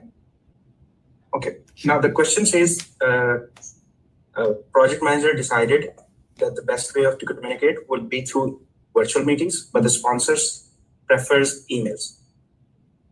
Now the options, when we read the option B here, change the communication management plan to reflect emails, it seems like we are changing from virtual meetings to emails for everyone. No, not for everyone, for his requirement. Okay, thank you. Yes, admin. Who is admin? Please put your name so that I know who I'm talking to. Yes, admin. Who's there, admin? Sorry, first of all, I am unable to change my name. Click on your name. Discovered I am not. Click on your name. Okay. Click on your screen. You see 3 dots. Click on that. You will be able to do that. For now, please. Okay, I will. By the way, you can call me Jawad. My name is Jawad. Okay, Jawad, tell me. My question is here: if you are going to change the communication management plan, but before going for any change, you must coordinate with your sponsor and stakeholders to educate them and let them realize how this change will impact before. Yes, you are 100%. So if option A looks more suitable to me. I agree with you, but I cannot put anything in his throat. He's the project. He's the sponsor. He's the most important stakeholder. He hired you. Boss is always right. You do the project for him. He does not do it for you. Yes, That's why I'm asking is for option. Why we go for the option B? Why not option A? Because the sponsor prefer that. The purpose of the communication management plan is we make the communication management plan according to the requirements or needs of the stakeholders, not according to what I prefer. So if the sponsor prefer email, I would give him email. If the sponsor says call, I would give him the call. Okay? Okay, got it. Thank you. Yes, Savati. Yes, ideally any change would go through the change control board, right? So ideally. So when you put into the context, if the option is not there, go to change control. We would directly go there. Secondly, if you look at the question looks like it is in planning. It's not in execution. Okay? The question looks like it's in planning, not in execution. Okay? Correct. Thank you. Sure. Okay, guys. I like when we argue on the questions. Prove me wrong. I love that. That's okay. Okay, we have, what if sponsor agrees after the meeting? Yeah, what if Sarah, we can do that, but that's not the option. If it is someone else, if it is less power, if it's someone with less power, I can educate him. But here, I need to provide him the thing that is needed for him. Okay, we have to do CR, but it's more in the planning phase, Alisa. Low power, low interest, we will not listen to him. If somebody is low power, low interest, why does he need to be in the communication plan? Okay, so the answer is B. Beta is the right answer. Okay, been trying to add. Yes, Sarah. I do understand what you have said, but the question says that the project manager decides the best way to communicate would be through virtual meetings, and the sponsor would prefer email since it is what the organization uses the most. So the sponsor does not know that he can be educated about the Can be, but first change the plan. Yeah, Sarah, can be for sure, but first. So A option. First, change the plan according to his requirement. Change the plan what he needs. Make things what he want. Once you do that, then tell him. You tell him, okay, I have done what you want. Now this is also in the professional life. The sponsor asks, do it this way. First, do it that way. Then go to the sponsor. I did what you asked, but there's another way. If you can look into that, that can help you. Then he will listen to you. If you say no, we have decided. He said, I'm the sponsor. Who are you to decide? Again? Yeah. Cool? Thank you. Sure. Yeah. Go ahead.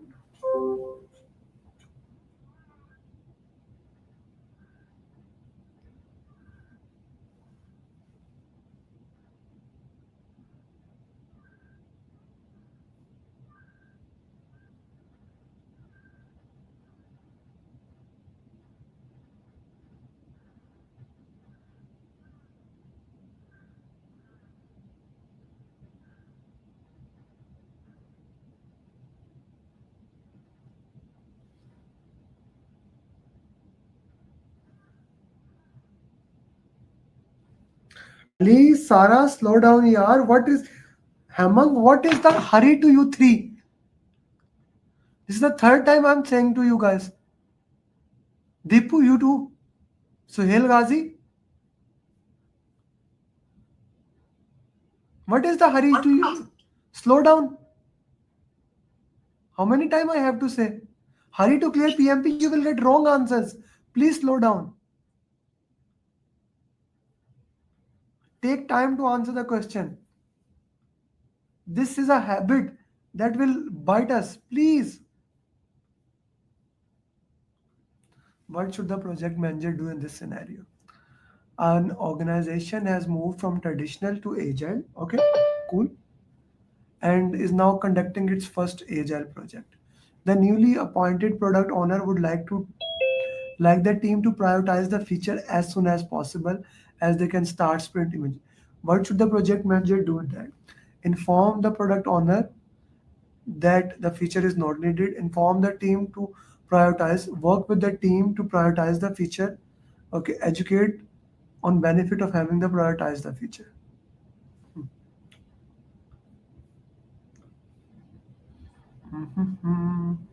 Everyone has a D answer. Okay. So who am I? Go on. Let's go with it. Delta is the right answer.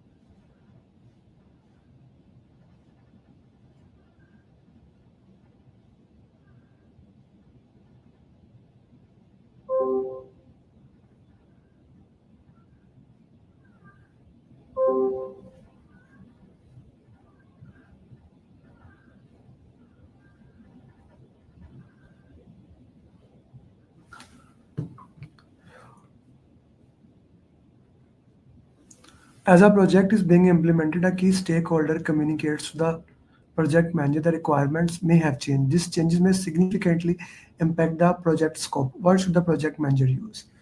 Update the risk register, redo the scope statement, compute the current earned value. B.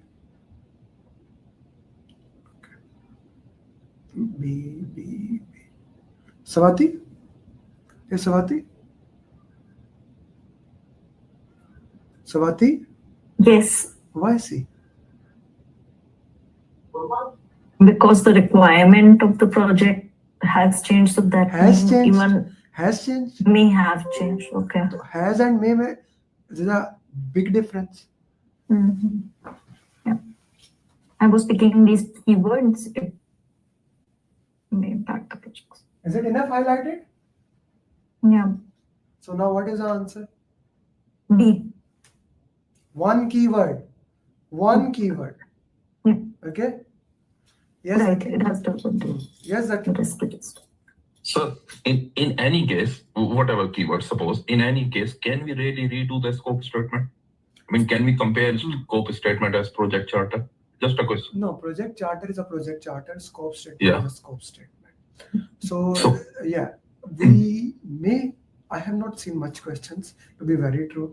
I don't think so. We will do the redo the scope statement. But let's say you are working in a project, and because of any technological shift, the project is becoming obsolete, right? So in that case, you may have to redo that, right? You may have to redo something into that. Okay. And in this case, suppose if you have to redo the scope statement, then compared to scope statement and risk register, what will be the first one? Scope Depends statement. from the question. If the question says that the project has a new technology has come which will obsolete your project, which will obsolete. The new technology has come and that is going to obsolete your project. Now it is going to be, it is present. Now risk register is not an option. Risk is for future, may or may not happen, right? So then it will be eliminated. Okay. Thank you. Thank you. Changes in, of course, in order to the scope statement. Scope statement mean project scope statement. For that we need to do that. Okay, this will be the right answer. Savati, I need better from you in the next questions.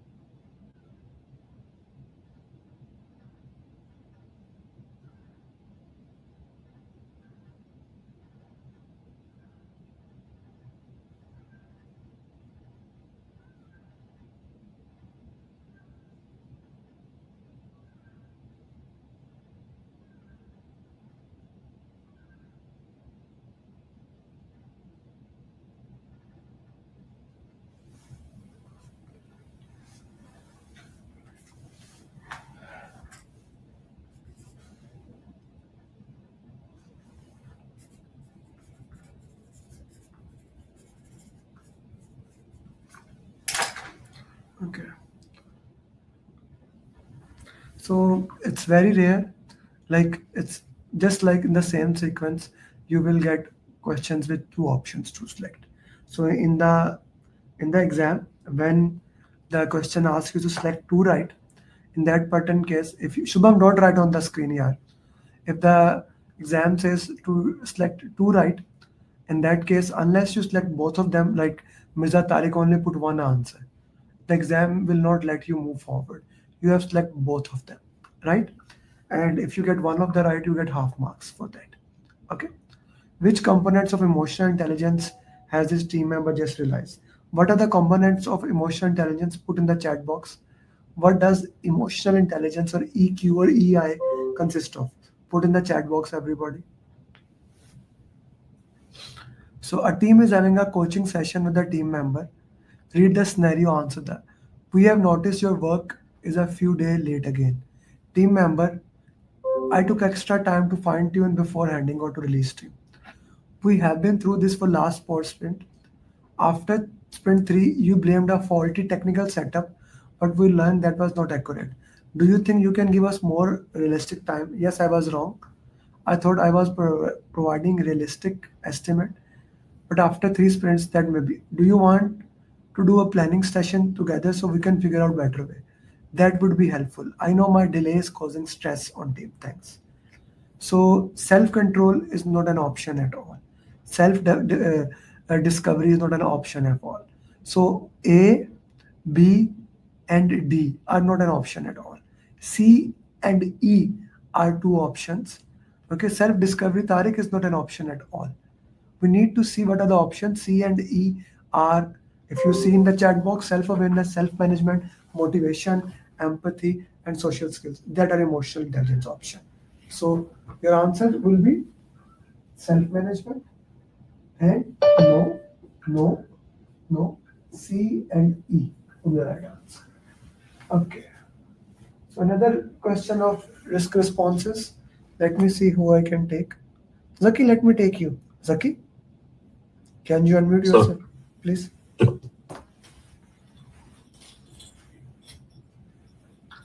Ji. Zaki, can you please? Please, yeah, okay, you can. Really ask the project team to move some of their planned scope to eliminate the threat. Eliminate is avoid. Okay. Leave identifies a risk but doesn't have the authority to perform the response. So quality, okay, I hold. And John takes the specific action to reduce the probability or impact of the threat. Reduce is mitigate. Or and Luke acknowledges that there is a risk in the functional area but decides to take no action. So accept. And Owens hired a contracting company to deal with a dangerous part of their project. Okay. Yeah, so transfers, yes. So automatically the last one is So yeah, thank you. these are, so we did 20 questions. Now we are going to take 10-minute break. Okay. We are going to take 10-minute break. In that break, I want you to relax, get water. And one more thing, I'm going to ask you to please, my goal is always to reach more and more people. And that is only possible when you comment on LinkedIn, reshare that post. So I put one beautiful post there on LinkedIn about this marathon. I would request all 90 of you, okay, all 90. Right now there's 90, it was 96, 97 people there, but they will keep coming. Please do like, comment, and share it. So the people, I see Manishka has already liked it. So everyone else, please do that. And I'll see you in next 10 minutes. Okay. Now, I put specifically in second section, and even the last question of today is the question that really came in the exam. So for those people who will leave the session, you will not get the recording. So just wanted to put few things in the context, how important it is that you stay in the session throughout the journey. Okay. So the session is important. I'll see you in next 10 minutes. Okay. I'll see you in 10 minutes, and I hope I see 90 likes from you guys at least. Okay. Let's have a 10-minute break.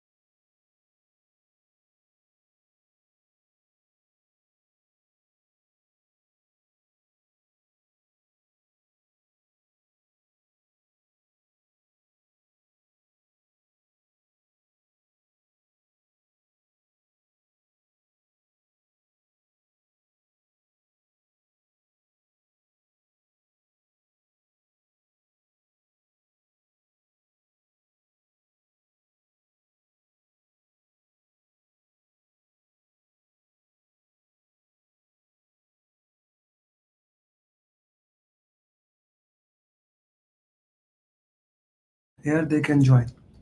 Okay. Everyone, please message in your WhatsApp group. The class has started. The people can also join.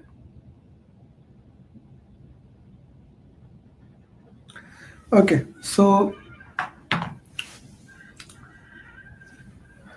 I see there are 90 people, and how many likes do we have? Only 45 people liked. No, 34 people liked, and 4 commented. Please, I'm gonna ask one more time. Everyone, not like here, like on LinkedIn. I'm gonna share it again. Okay, please like on LinkedIn, comment it on LinkedIn. Like, comment, and post so that other people can join. Okay, before we move towards the next question, for those people who still have not taken PMP training, for those people who have still not taken PMP training, I just want to share quickly that my class is going to start on Friday.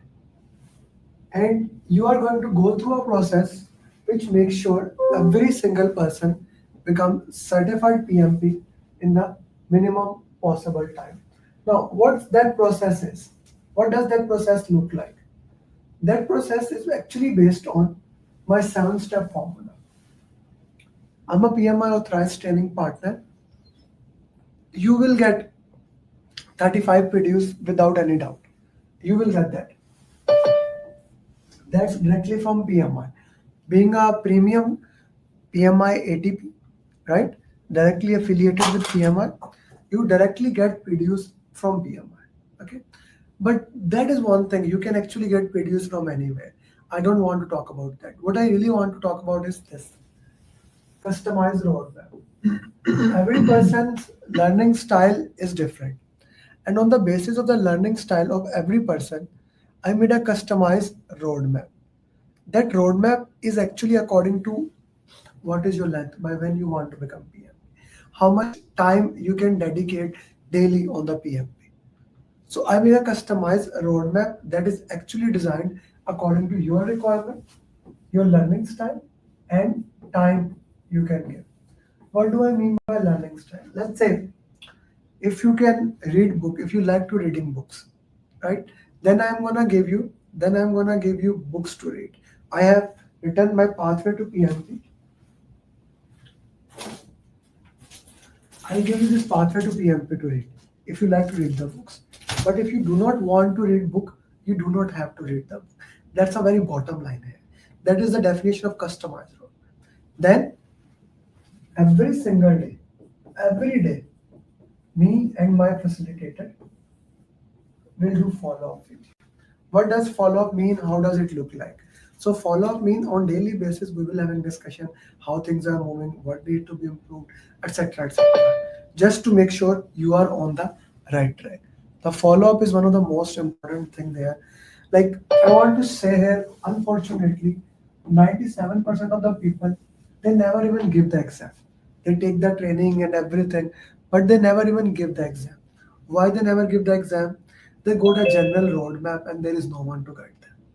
So this follow-up makes sure that you stay on the right track and you become certified PMP. Very important.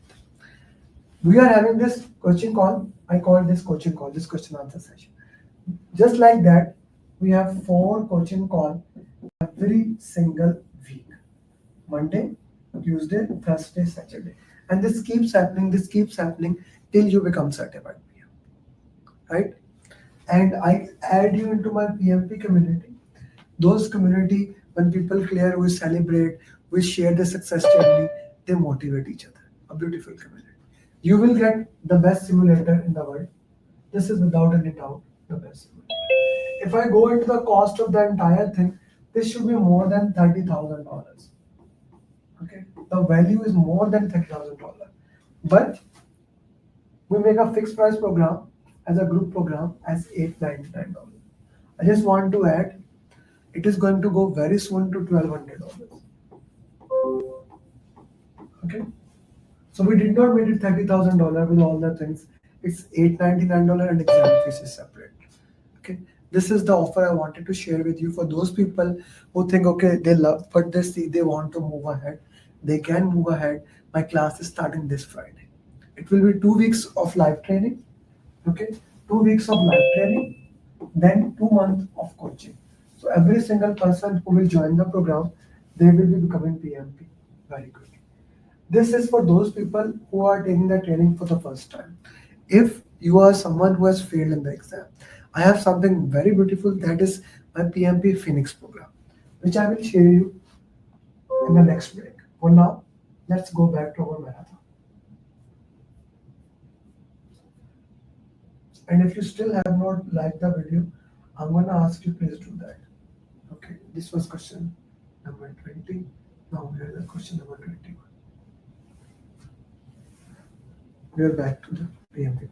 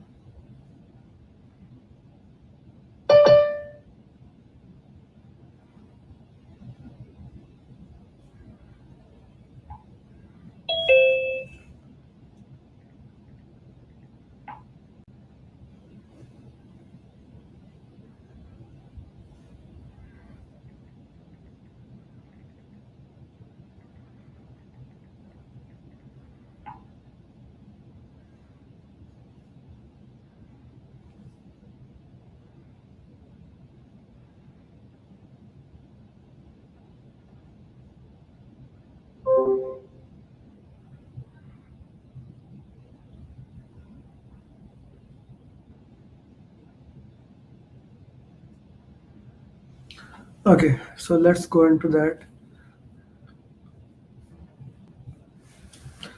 We have option as A, D, B, many options there.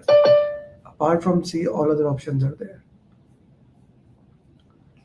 Okay, so the Agile project has just released a minimum viable product for customer and the company. A few of the customer have complained that it is lacking a large number of features and it is not useful.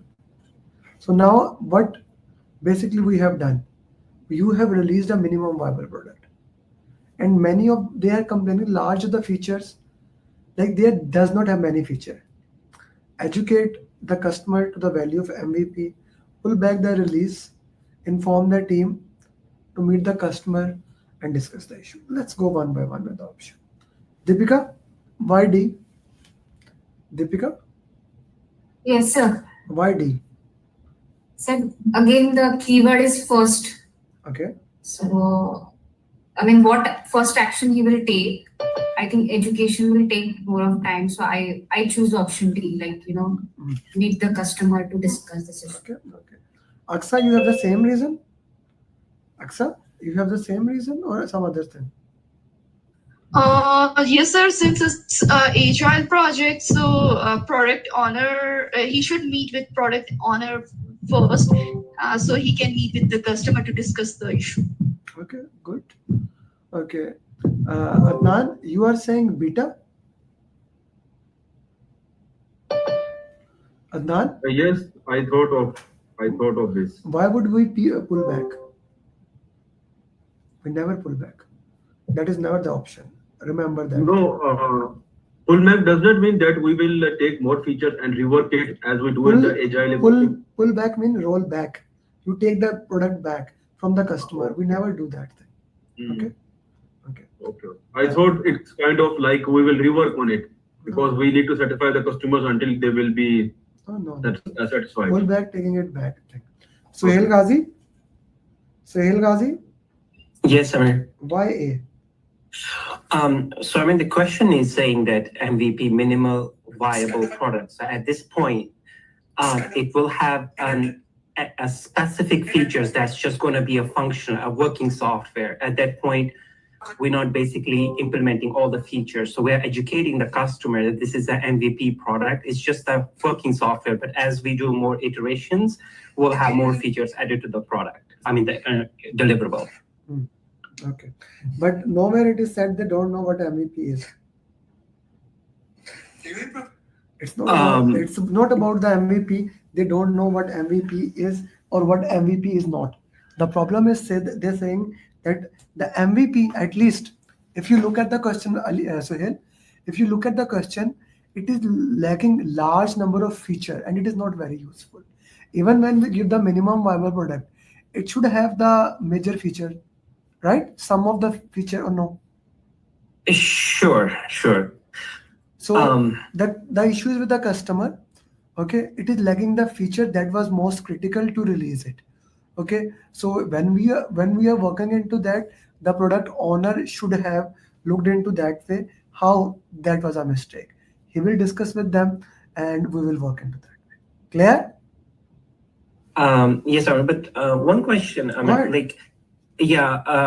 so when we do this mindset of MVP, right? We in an agile, we're just releasing a deliverable or a product, which have a minimum feature just to give them so that they can at least start getting that, whether it's a revenue or whatever that software or an application has to do, right?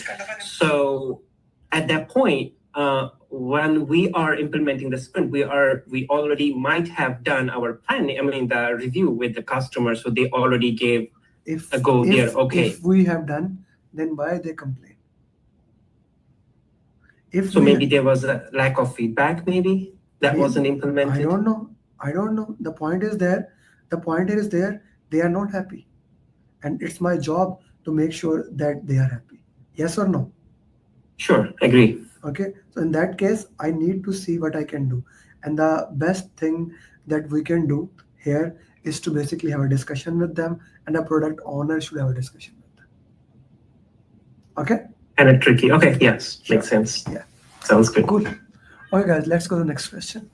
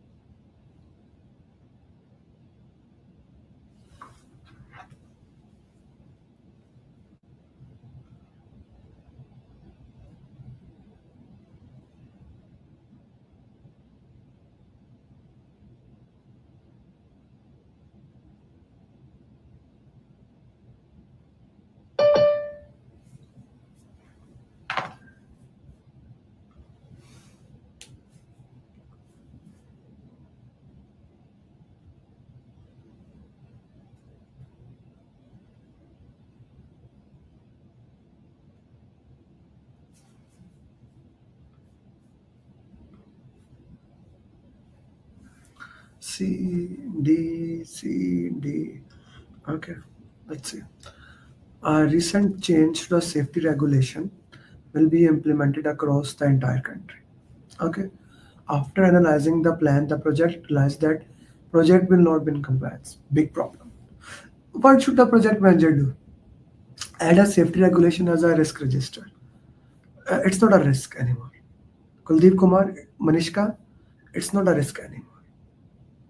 Okay. The problem has already happened. Update the project management plan, meet with the legal department and implement a change. Okay. Manishka, I want to talk to you. Why did you choose A option? So I saw will be implemented soon. So that's the reason I chose risk. We know that it is not a regulation. Okay. We know that. I'm not saying your answer is right or wrong. I'm just asking the reason behind it. How did you use elimination technique? Can you walk me through it? Okay, yes. So,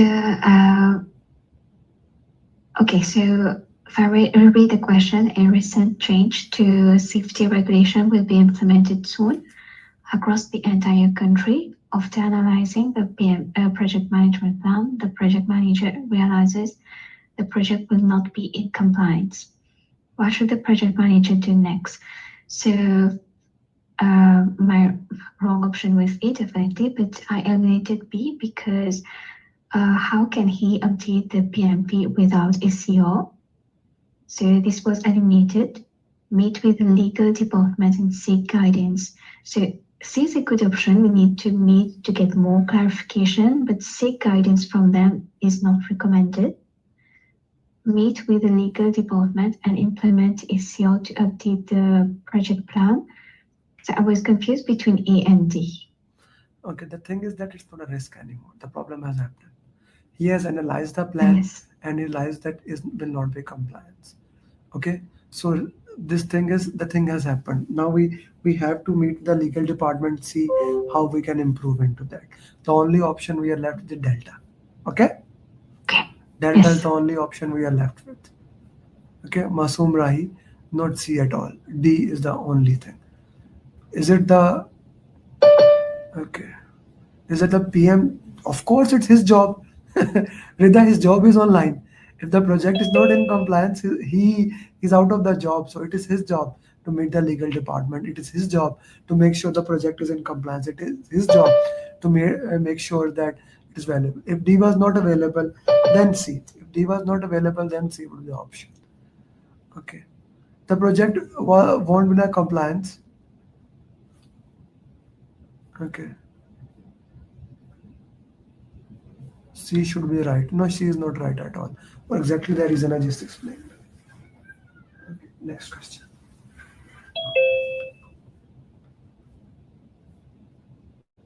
Cool. Anna, that you remember.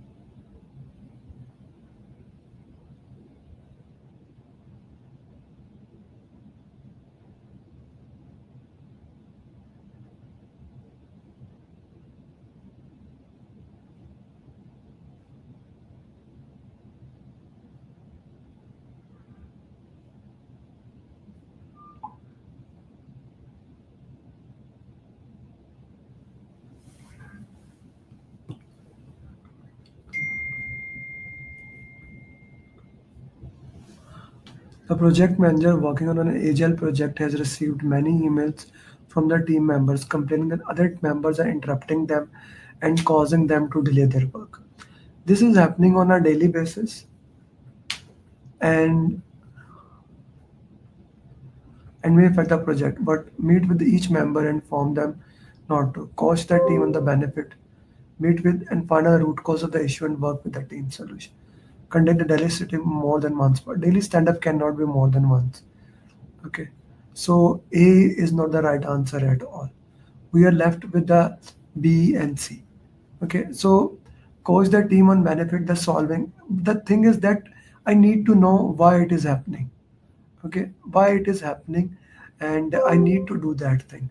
The root cause analysis, whenever in the options it comes the root cause analysis, be very careful about eliminating it. C is the right answer. C for cat is the right answer.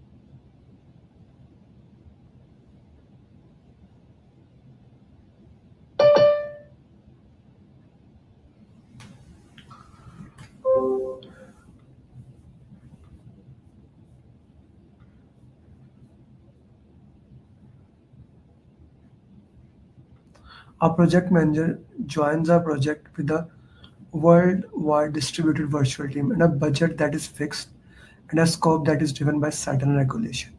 What should the project manager do? Put any change to the scope? Good, good. A is the right answer. There is nothing about that we should not do. Stop. The most easiest question of today, I guess.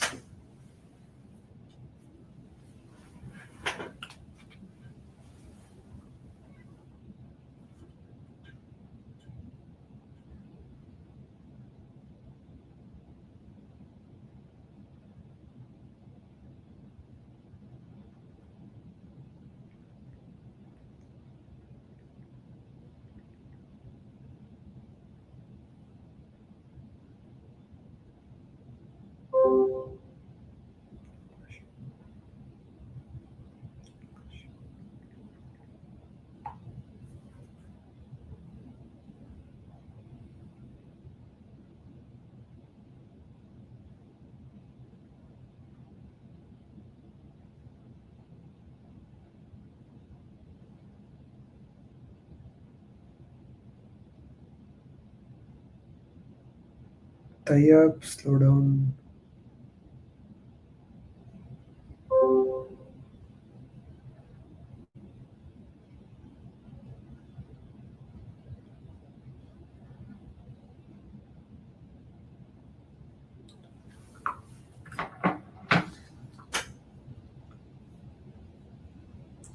Akhil D. Arun A. The project manager and the team are currently reviewing the risk register. They have determined that most of the severe risks are no longer threat. So they are removed, they are done. What should the project manager and the team do with the other less severe risk? Reevaluate the risk, inform, no, remove them from the risk, they will not have impact. Okay, so this is an interesting concept. There's an interesting concept to learn into that. Let's say there are 100 things, about 100 things, 20 things are of extreme priority. Once that 20 things are done, the next 20 things are becoming a priority. Straightforward. They automatically become the next priority, right? So in order to do that, I will reprioritize the risk. I will relook into that risk, and then we work into that way. So A is the right answer. They become the next priority for you. A is the right answer.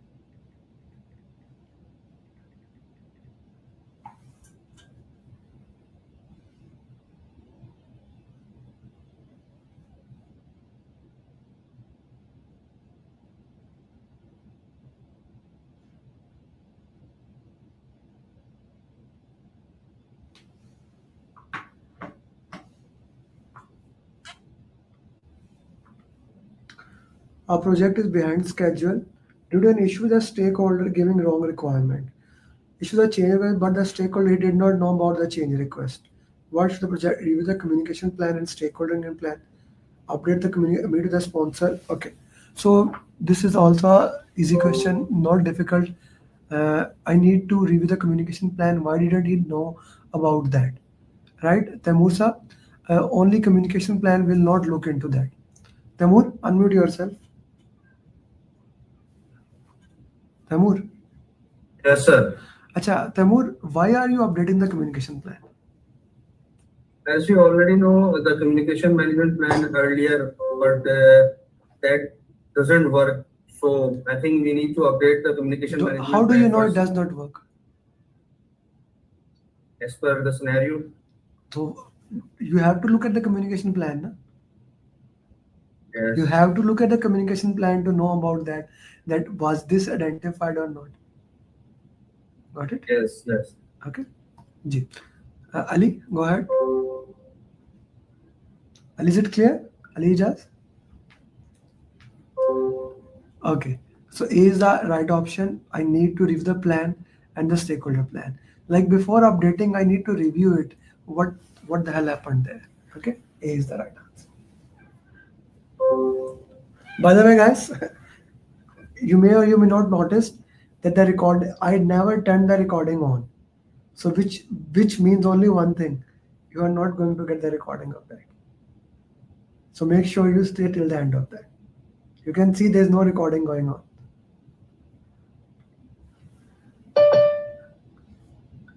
I did it intentionally because I want everyone to stay here till the end.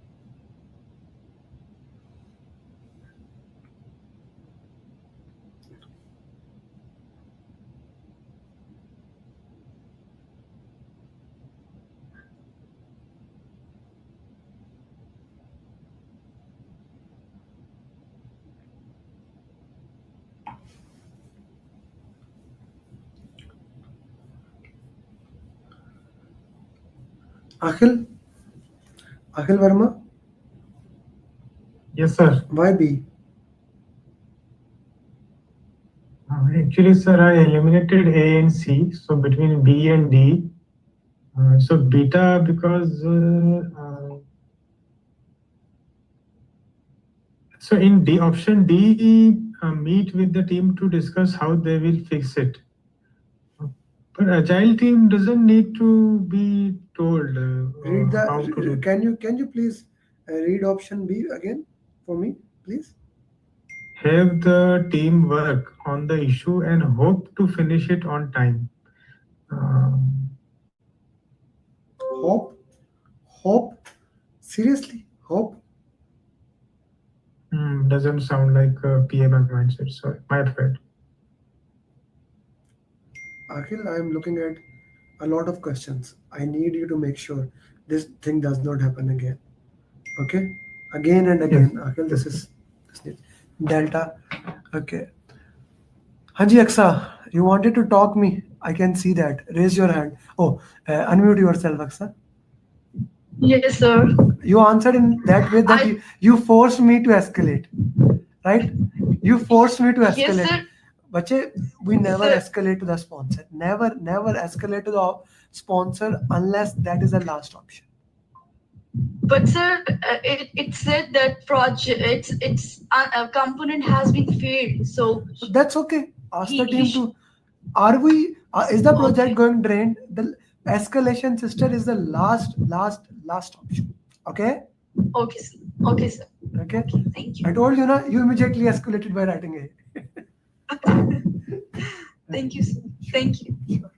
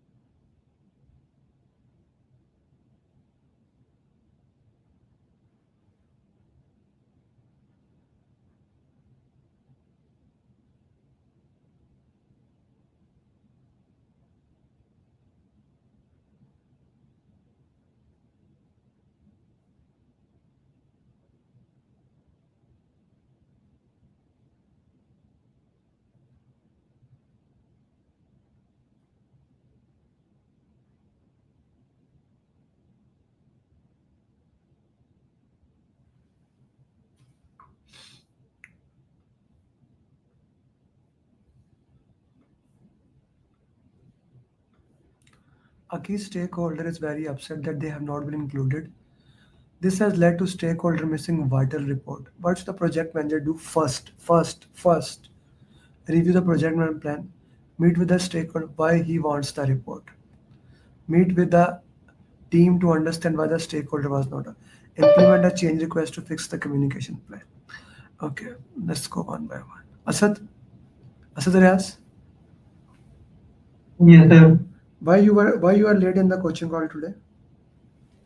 Yeah, I was attempting something else. Oh. Okay. Anji, why? The first thing is to review the project management plan, why the key stakeholder was not kept in the loop of communications, for which he had already requested. I'll come to you. Acha ji.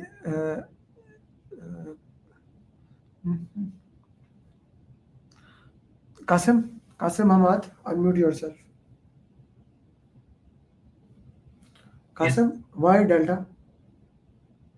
Because if you read the last time of the question, what should the project manager do first to resolve this communication issue? First. And immediately you are going to implement the change request. You need to put in an issue log. You need to review. You need to do the impact analysis. Then you do the implement the change request. How in the world I am going to implement the change request as the first thing, Qasim sir? If you read, as you started, if you read the last line. Okay, I missed the first word. Okay.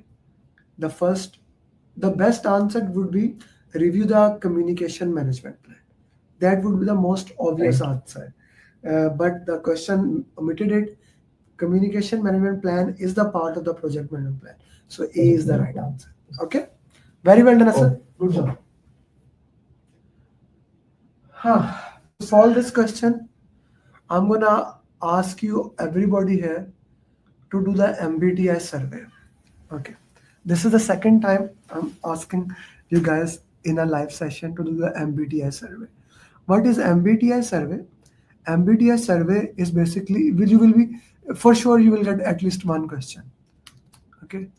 MBTI survey is a personality test that gives you, there are many surveys that you can do. I have done this many times. So I'm gonna just share that in the chat box. I'm doing it mine. Okay. I'm giving you 2 minutes to everybody.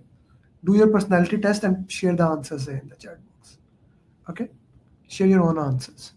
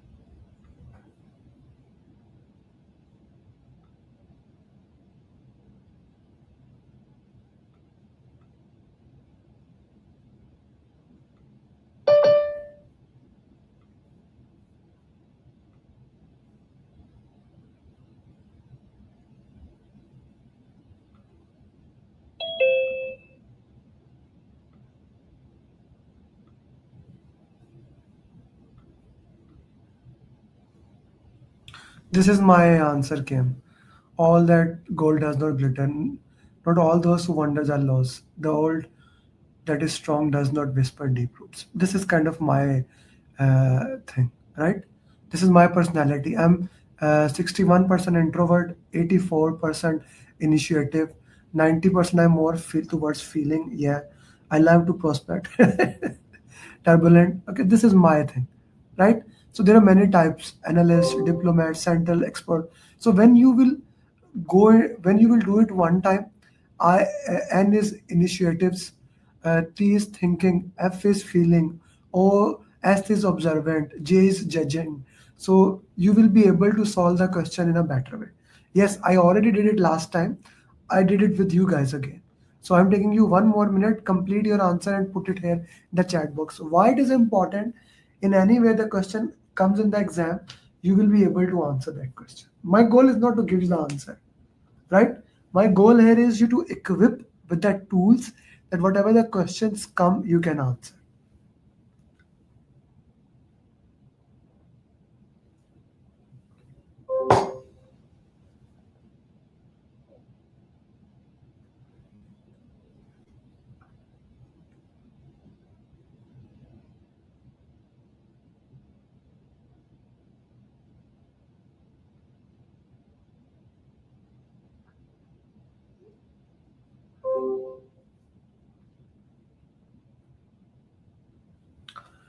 Okay, just like a 7 Yeah, thank you, Akhil. Okay.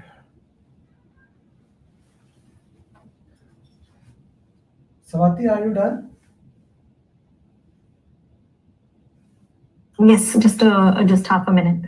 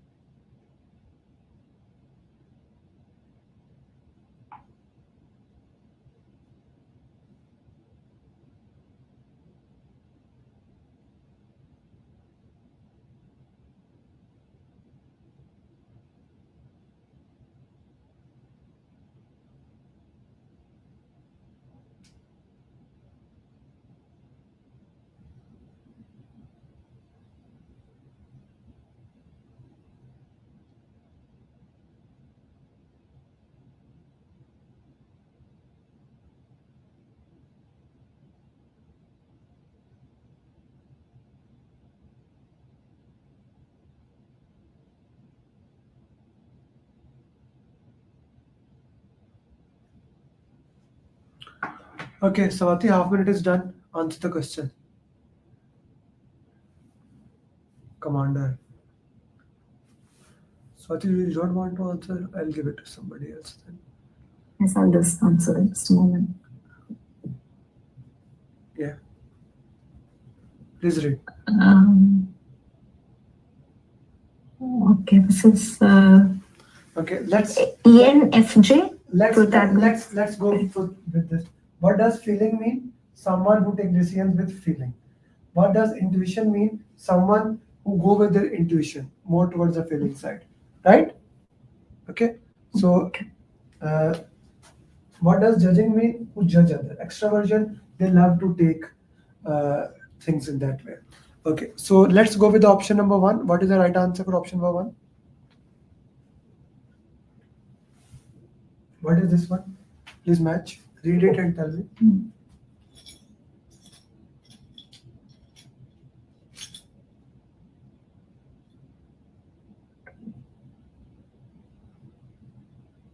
The first one is extraversion. Swati, can you do it, please? Yes, extroversion. Sorry, you need to read it loud. Now, what are you doing? You know how to solve the question. Please, yeah. how? It was on me. Sorry. Just yeah. Extroversion. Justify. How? So extraversion is more like extrovert. What does that mean? That someone who can easily interact with others, or who is open to new ideas, or who is open to Okay. Then what does feeling? feeling is more the person goes on intuition or is taking decisions not based on factual, mostly based on their feeling. So which one will be there? This focus on that.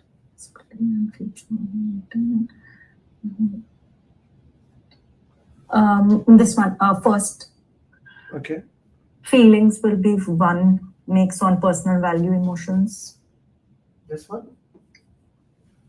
Okay. Intuition.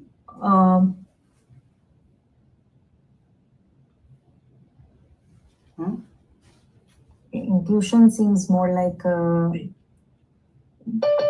intuition is based on one's personal judgment. So focusing on.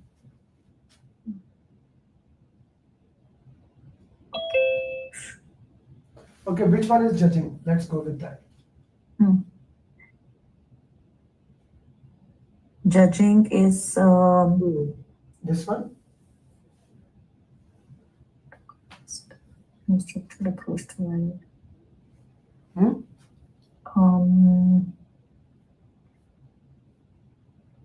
Judging that yes, he has a structure, so maybe that is why based on that they judge others. They have preconceived notion, so based on that they judge. Okay. Intuition.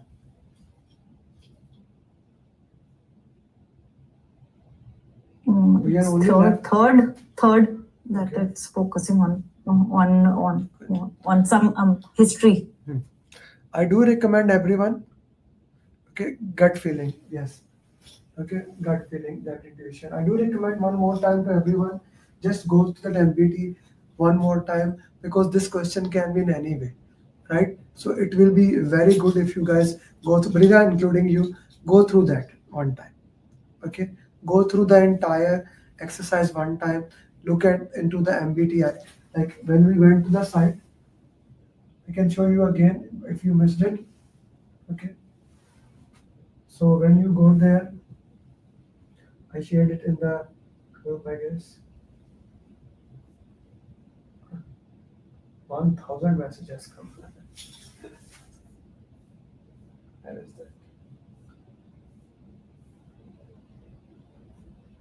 Okay. So in the personality test, if you just click on this personality types, just to explore into that further. I don't know what it is. Architect, logician, commander, debater, advocate, mediator, protagonist, campaigner, logistic, defender, executive. Like just go through one time. What does I mean? Intuitive and thinking. Okay, just go through that. Like what does feeling mean? So understanding this personality type will actually help you to solve any of those questions that can come in between. Okay, that will really help you. It may not come any question. It is high probability that question may not come. But if one question comes, spending one time like 5 minutes does not hurt. I guess this is a good way to look into that. Jay, next question.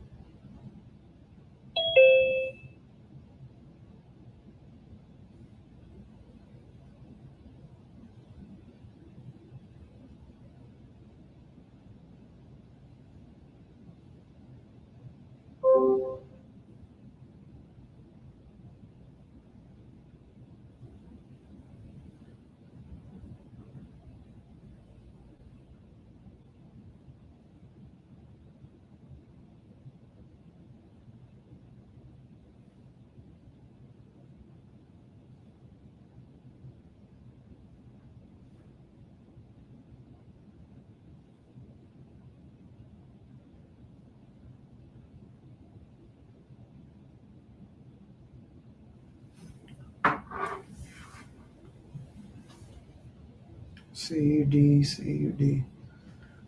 Manishka, first you sent C, then you sent D. What's your final answer? Rida, B. Adnan, C. One of the sprint on Agile project has become very complex.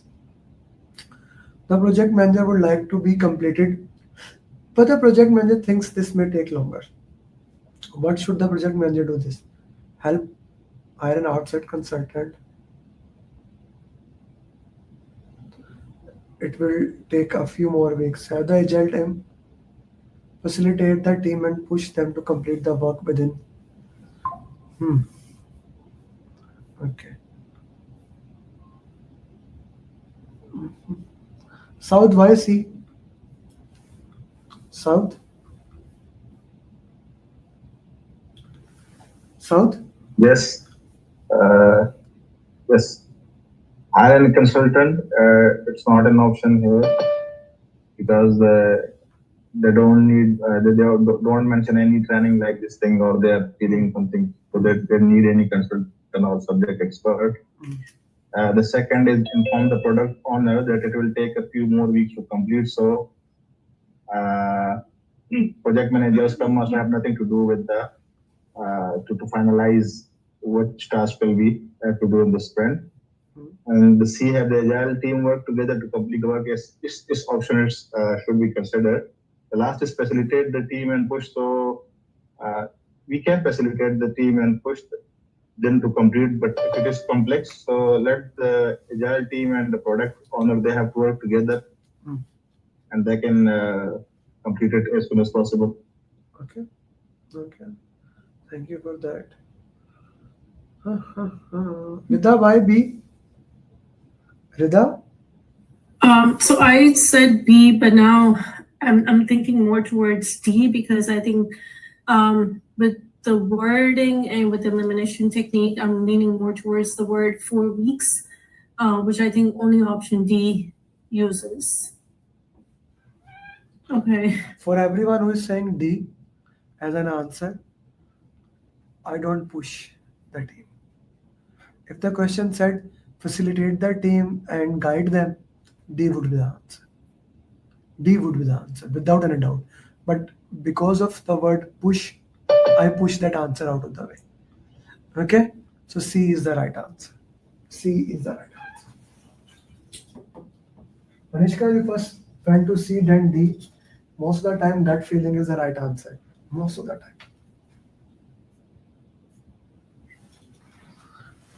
Okay. Next question.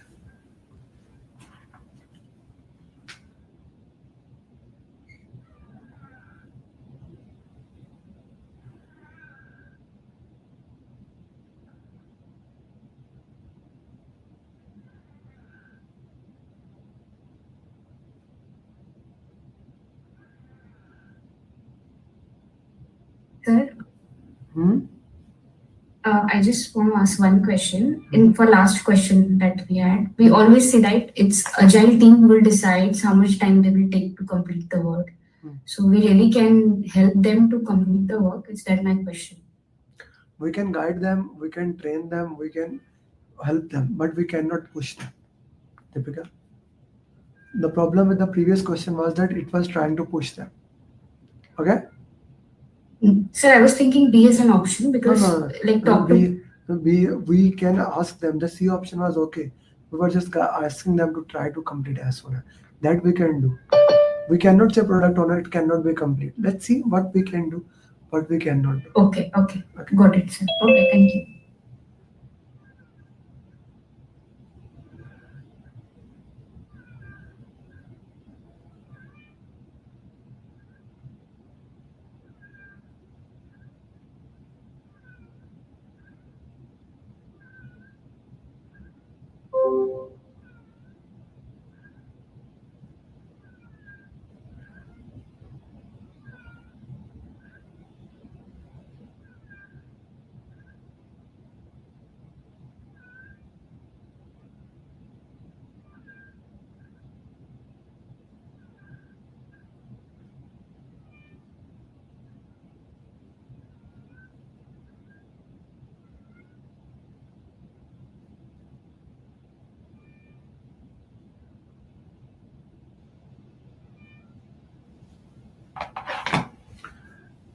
Okay. Lisa, why Pascal is not in the session? Is he in the session, Lisa? B, D. No, he's not in the session. He should join. Huh? I don't want you become PMP and he does not become PM. So you need to push him. Okay. Okay. What should the project manager do first? Again, the question is asking about first. A project was just executed with the team noticing that they would need to complete changes. They would need to complete changes to the scope statement. The team cannot come to agreement on how to implement. Hold a meeting, ensure understand the change management plan. All requests is organize a meeting with the team member. Okay. Tariq sir? Mirza Tariq sir? Yes, sir. Sarji, why we should discuss a sponsor? Because they are under disagreement. Tariq sir, going to the sponsor is the last resort. Okay. When we have done every single thing and we are left with the last option, then we go to sponsor. We never like. Okay, sir. I actually thought first D, Yeah. so ensure all the team. Yeah. Okay. We never go to the sponsor. Vanita. All right, sir. Savati. Who else came there? Asif. Bhatti Saab, Junaid Bhatti, Satish, Ali Jaz, Haroon, Arvind, Rashmi, Suhail, Danish, everybody who gave D as an answer, we never escalate unless this is the last option. So what we do, whenever the question talk about the changes, I have a change management plan to handle the changes. That's it. I have a change management plan, and the purpose of the change management plan is to see how the changes will work. Okay, beta would be the right answer. Okay, so this question is the question that guy, if you joined the Tuesday coaching call, he was sharing that we saw the question. Who says Minhas team does not see the plan? Where you have learned that? Who said that? Like the plans. We are not sharing the plans with Who the team. says? Plans with the Who project manager. says? Who says we are not sharing the plans? Where did you read that? The plan is for everybody. Discussions. No, the plan is for everyone. Satish, don't write down on the screen, please. Who said that? Anas? I have never said that. Only I talked about the stakeholder register. That's a confidential document. The plan is for everyone. That's the purpose. If you make a plan and make it hidden, what's the purpose of that plan? What is the purpose of the plan? They should know, like in the plan it is written how to communicate. So they should know how to communicate. No? Okay.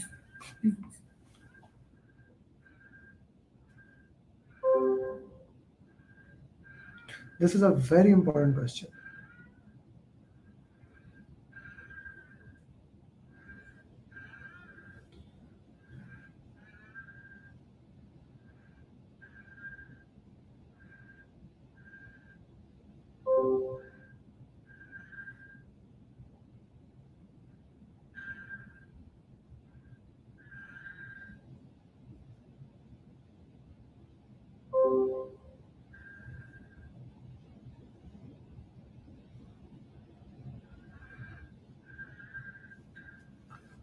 Anas, lower your hand, please.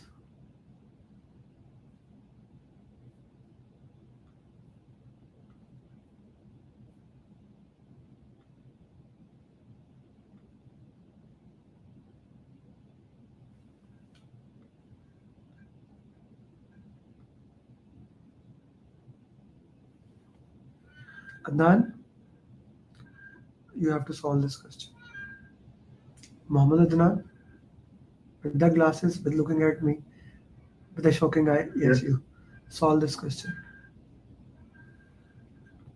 In the past year, company used $60,000 to an external subcontractor for an ongoing project. The project manager has been asked to evaluate if the project can be delivered more cost effectively this year by using internal labor.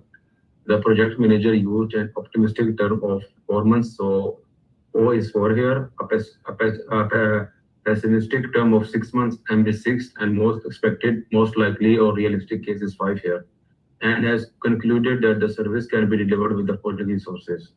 We have 2 engineers, 700 USD each, 1 project manager, and additional expenses with 2,000. The project manager used evaluation and review PERT technique to calculate the savings. So we'll be using the PERT formula here. How much money will the project manager estimate the company can save? We need to estimate how much the company can save. So first we will use this PERT formula, which is O plus 4 M plus P divided by 6. And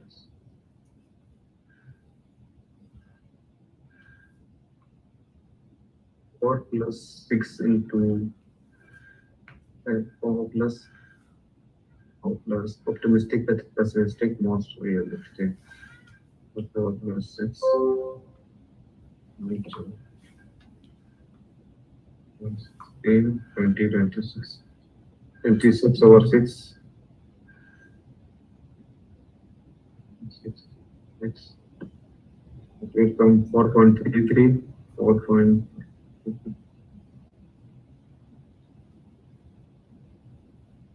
How much money will the project manager estimate the company can save?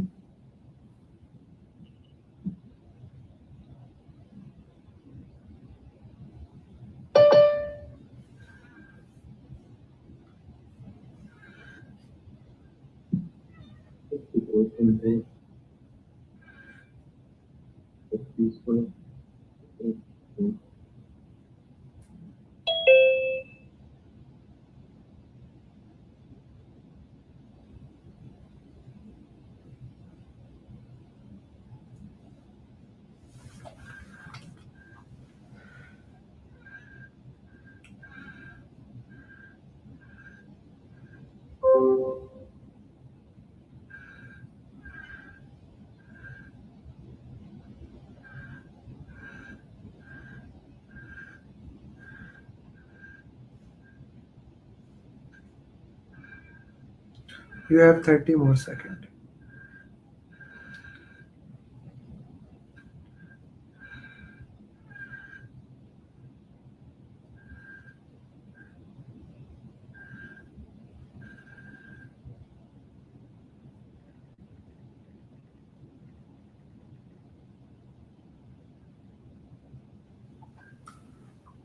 Adnan, answer. I've got the answer for A, 35. How? Using the formula, I've got the estimated answer for 4, and then estimated answer is 4. Yes, this is the PERT technique. Acha, 4. Then 4, and then we need to deliver them as 2 engineers will cost us 1,400. Project manager will cost us 1,600. 14 plus 16 is equal to 3,000. Then 3,000. And then 3,000 plus additional estimate of 2,000 is 5,000. 5,000. Then you multiply by 4. You multiply by 4 is equal to 20,000. You minus 20,000 from 60, it is 40,000. कितना तू काट लिया 35 answer? पहले तो मैंने 10 ना. Because everyone is saying 35,000. That's why you said. Actually, 32,000 something came. So I estimated up. Okay. Optimistic is 4. Most likely is 5 plus 6 divided by 6 is equal to 5. It's not 4. You are an engineer. You used to do such a long calculation here. Don't do that, Adnan here. Optimistic plus 4 most likely plus this is equal to 5. Everything else you did right. 2 engineers, 1,400. 1,600, 2,000, it becomes 20. It becomes how much? 5,000. 5 into 5, 25. You minus from this, you get this answer. Okay. The question is actually savings outside cost minus inside cost. This is the question. Outside is 60,000. Inside you will calculate how many months it will take. 5 months. Cost of 1 month. You calculate it as 25,000. That will become the answer. Anyone whom the question is not clear, please raise your hand.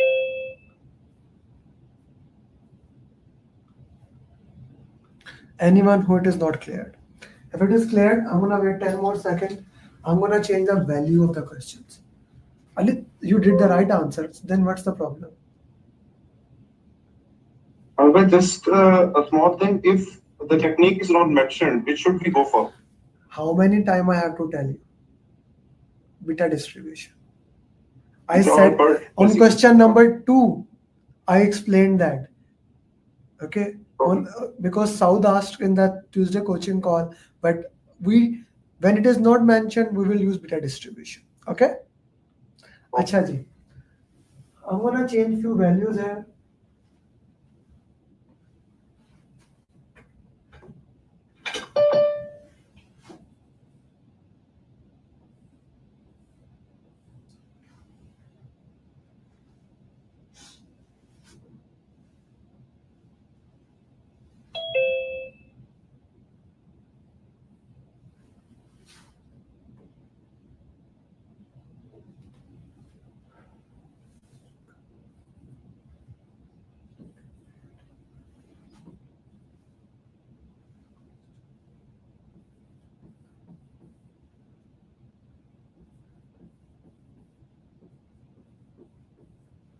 Give me the answer.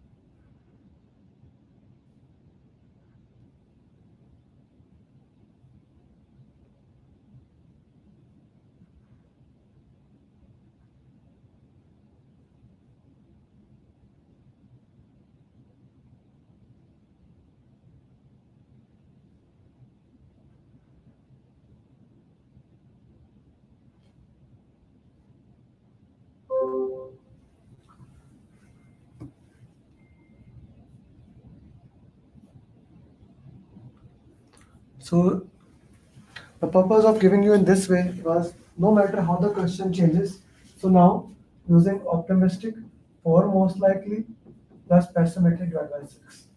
So you have optimistic 3 plus 4 into 5, it's same, plus pessimistic 8 divided by 6. 4 5s are 20, 20 plus 3, 23, 31 divided by 6. This becomes 5.1, whatever it is. So 3000 into 2, this becomes 6000. 6000 plus 4, 10,000, becomes 18,000. 18 multiplied by 5 becomes almost 90,000. It's not saving, it's overexposed. So in that case, as a project manager, what would you recommend? What will you recommend? Let's do it from outside. Okay? I hope that makes sense to you.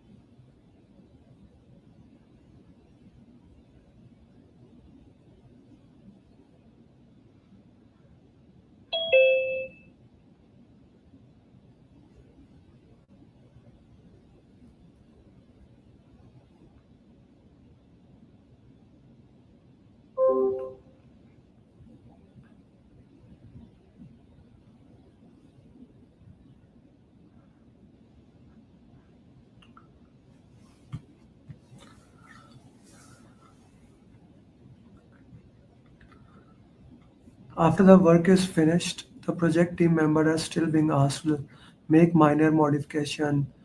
The project manager wants to ensure the product now has an operational support. What should the project manager do? Formally examine the acceptance criteria, complete the review of the project, fulfill the request. Tayyab?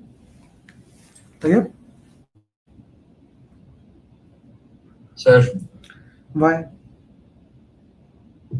if it is accepted by the customer, then we will proceed for the next. Can you read the question again? After the product work is finished, the product team members are still being asked to do the following: make minor modifications, solve technical and non-technical issues. The product manager wants to ensure the product now has operational support. What should the product manager do? Formally release the product when we want to make sure operational thing. Why would I do that way? What you are saying? Yes, I thought in the perspective of acceptance criteria, because is it clear now? Before handing over, yeah, now clear. It's not clear. Yes, sir. C is the right answer.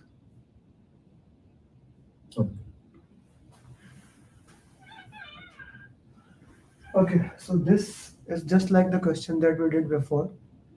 Okay, so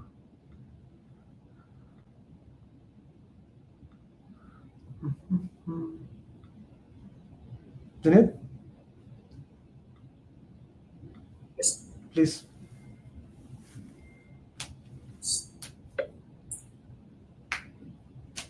Parkinson's law, team waits until the last minute of deadline to complete their work.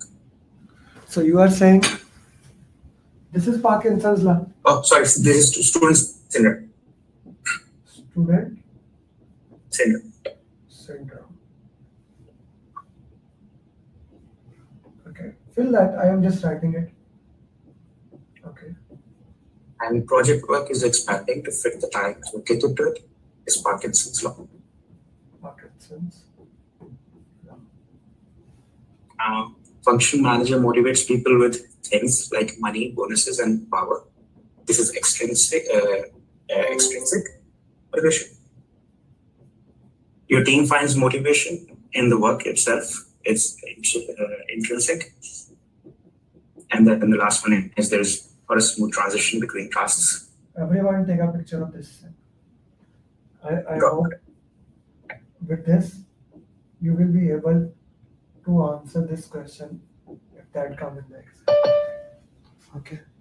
I hope no one will have no issue ever for these questions. Okay, I made it as simple as it can be. It cannot be further simple for you guys. Okay. Next one.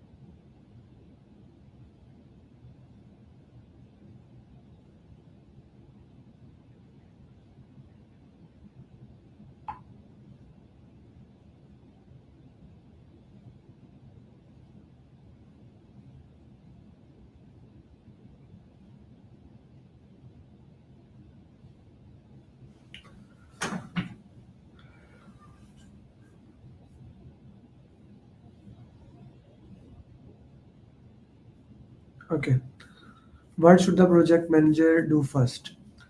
Again, the question is first. A hotel chain wants to improve their customer loyalty program by increasing the number of guests by 35%. The project manager hears about two strong opinions. Stakeholders suggest that the sales team should focus on top 10 corporate clients, incentivize them towards exclusive use of hotel chain. Stakeholder M suggests improving the quality of the airport location, which already has many returning guests. Stakeholder M also insists that their chain cannot compete in the large market. The strategy J will fail. Okay. In a dramatic escalation, stakeholder M emails the project manager and the entire leadership team accusing stakeholder bias. What should the project manager do first? Facilitate a conflict resolution between the two stakeholders and determine. Coach stakeholder M. Escalate M. Okay, so Junaid, you said meet with stakeholder M first. Okay, so what I need to do that, I need to look between both of the stakeholders. Whenever the conflict is there, please remember, I cannot just, if we say that if the option was meet with the stakeholder M and J, okay, then I would go with that. Here it is only saying D. Did you get my point? But the question is saying here, if I can meet with both of them, then I could do that. Here I'm only meeting with D stakeholder. So the only option left is A option. A is the right answer. Yeah, so we need to work with both of them.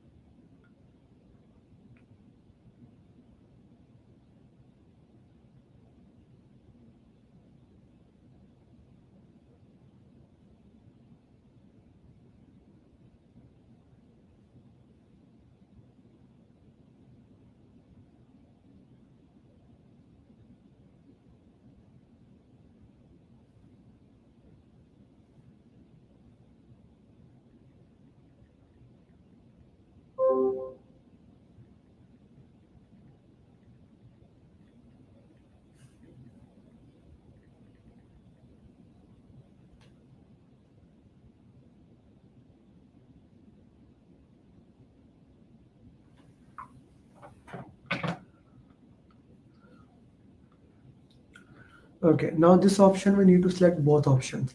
An organization has moved from traditional project management methods to agile methods. This one's done so that project can output deliverable faster. What two things should the project manager implement to ensure fast delivery on an agile project? Have the team work with the customer to prioritize? No. Have the team delegate work to each other based on their skill?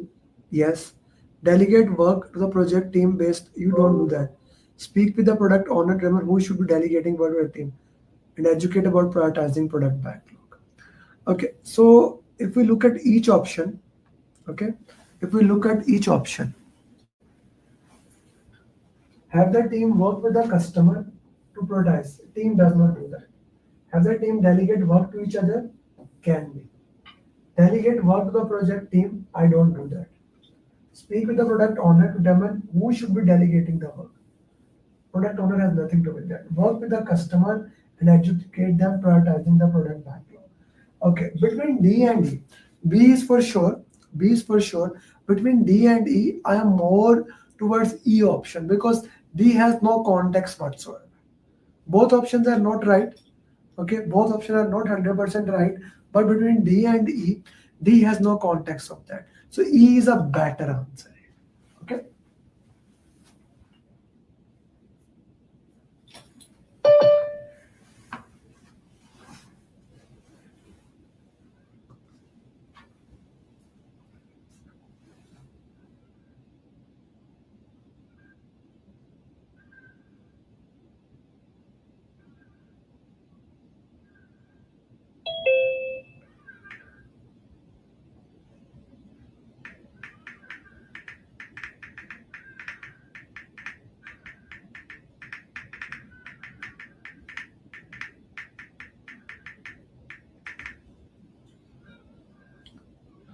As I said, both are right, but he is not the one to decide who should do the task.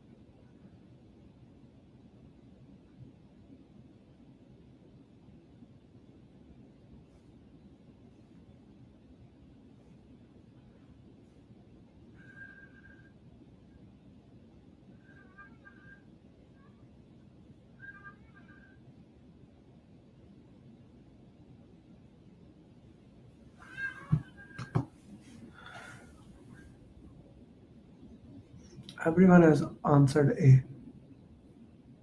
So A is the right answer. Okay, question number 38.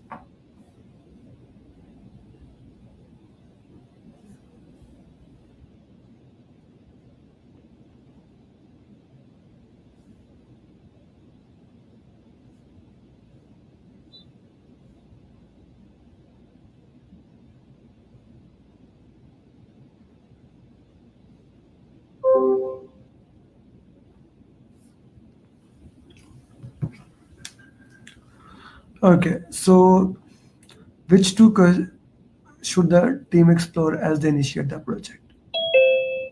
An organizational leadership wants to enhance employee welfare by providing childcare services and want these services in place as soon as possible.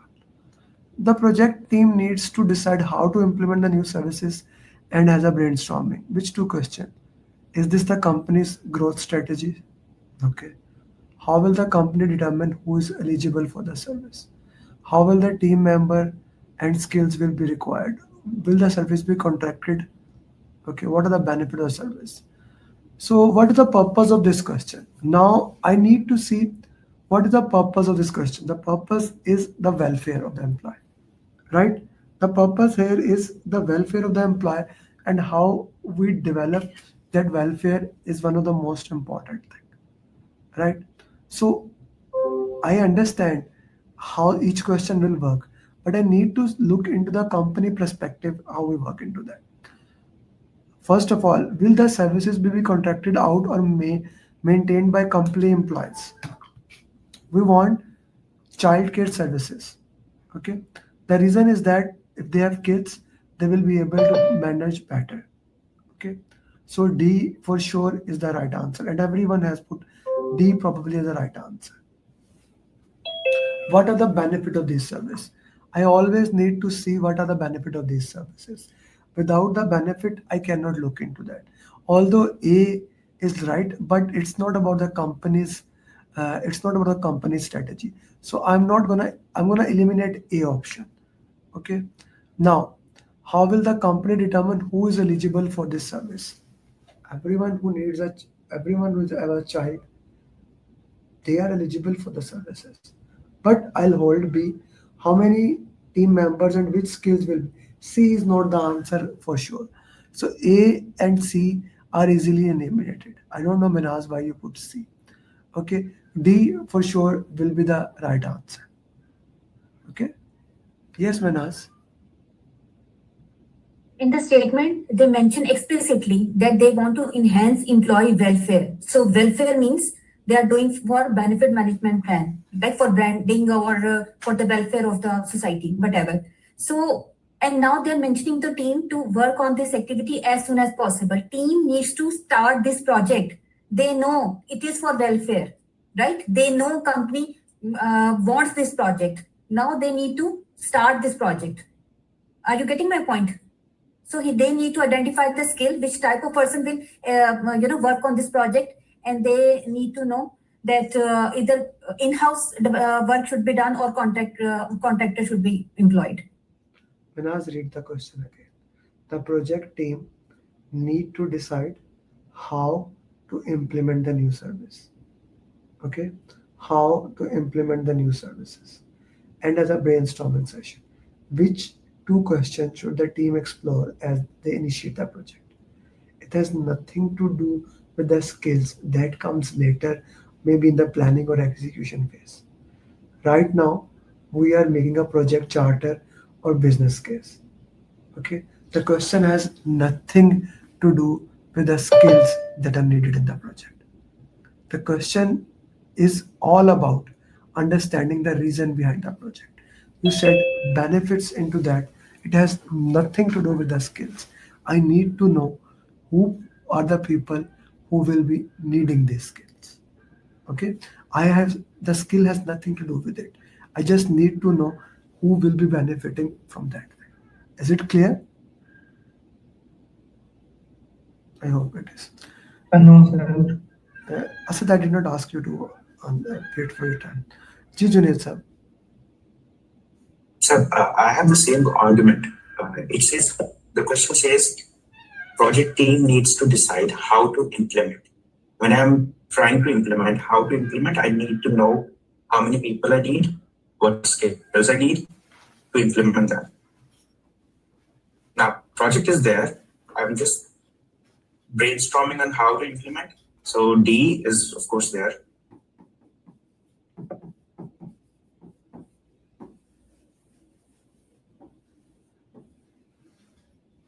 We are initiating the project.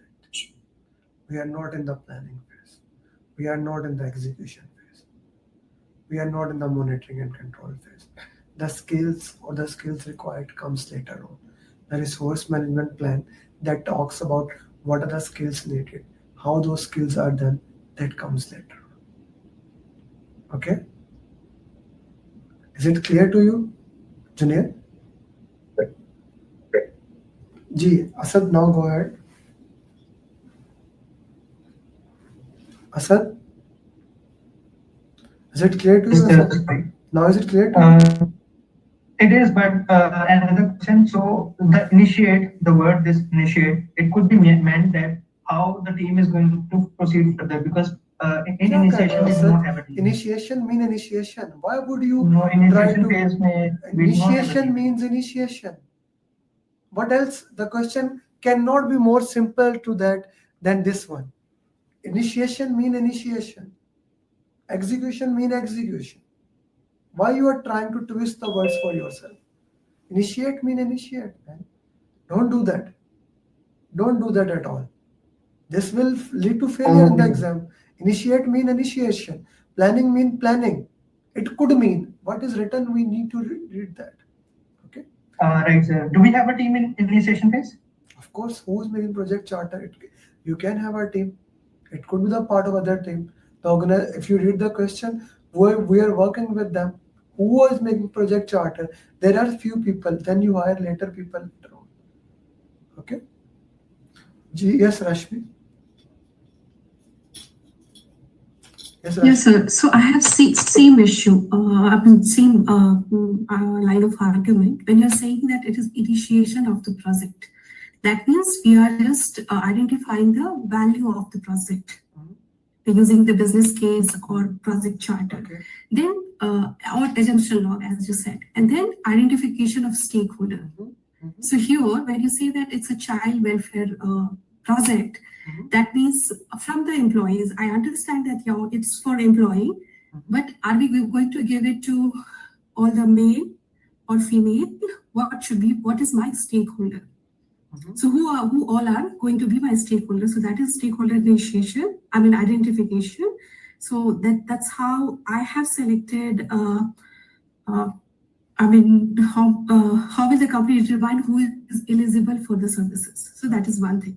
Second one, we have to get the benefits. So that is coming with the option E, and that's why I have selected B and E.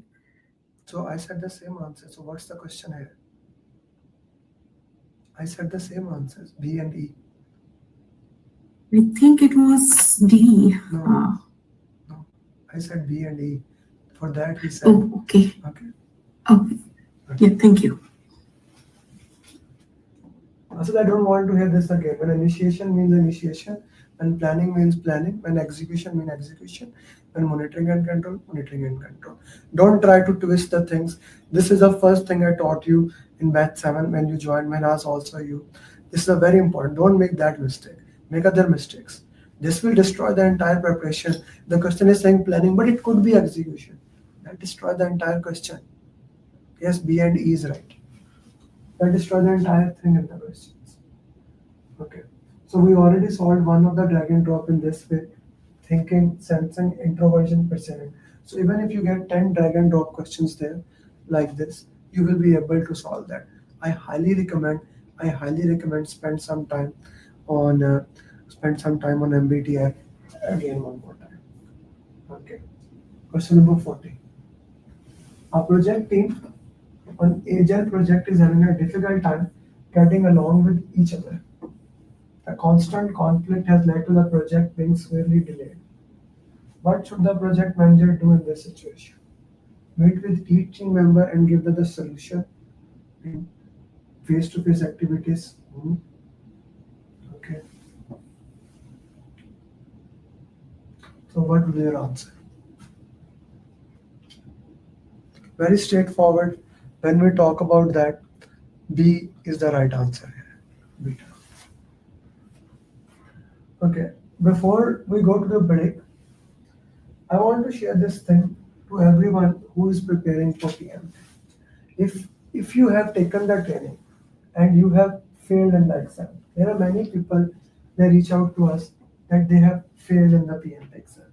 Especially for those people who have taken the training, but they could not pass in the PMP exam, right? There are so many people, like on every single day, I get so many people that they failed in the exam and they could not pass that. For them, I specially have this PMP Phoenix program. Okay, this PMP Phoenix program is for those people who failed in the exam, they have taken that training.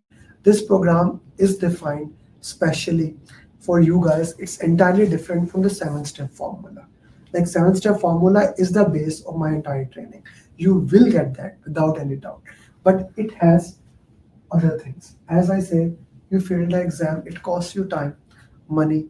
The most important thing is mindset. Once you fail in the exam one time, you always think, I'm not gonna pass in the exam again.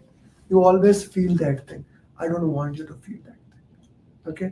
Failing does not mean you are not ready. It means you need better preparation. It means you need to work in a different way.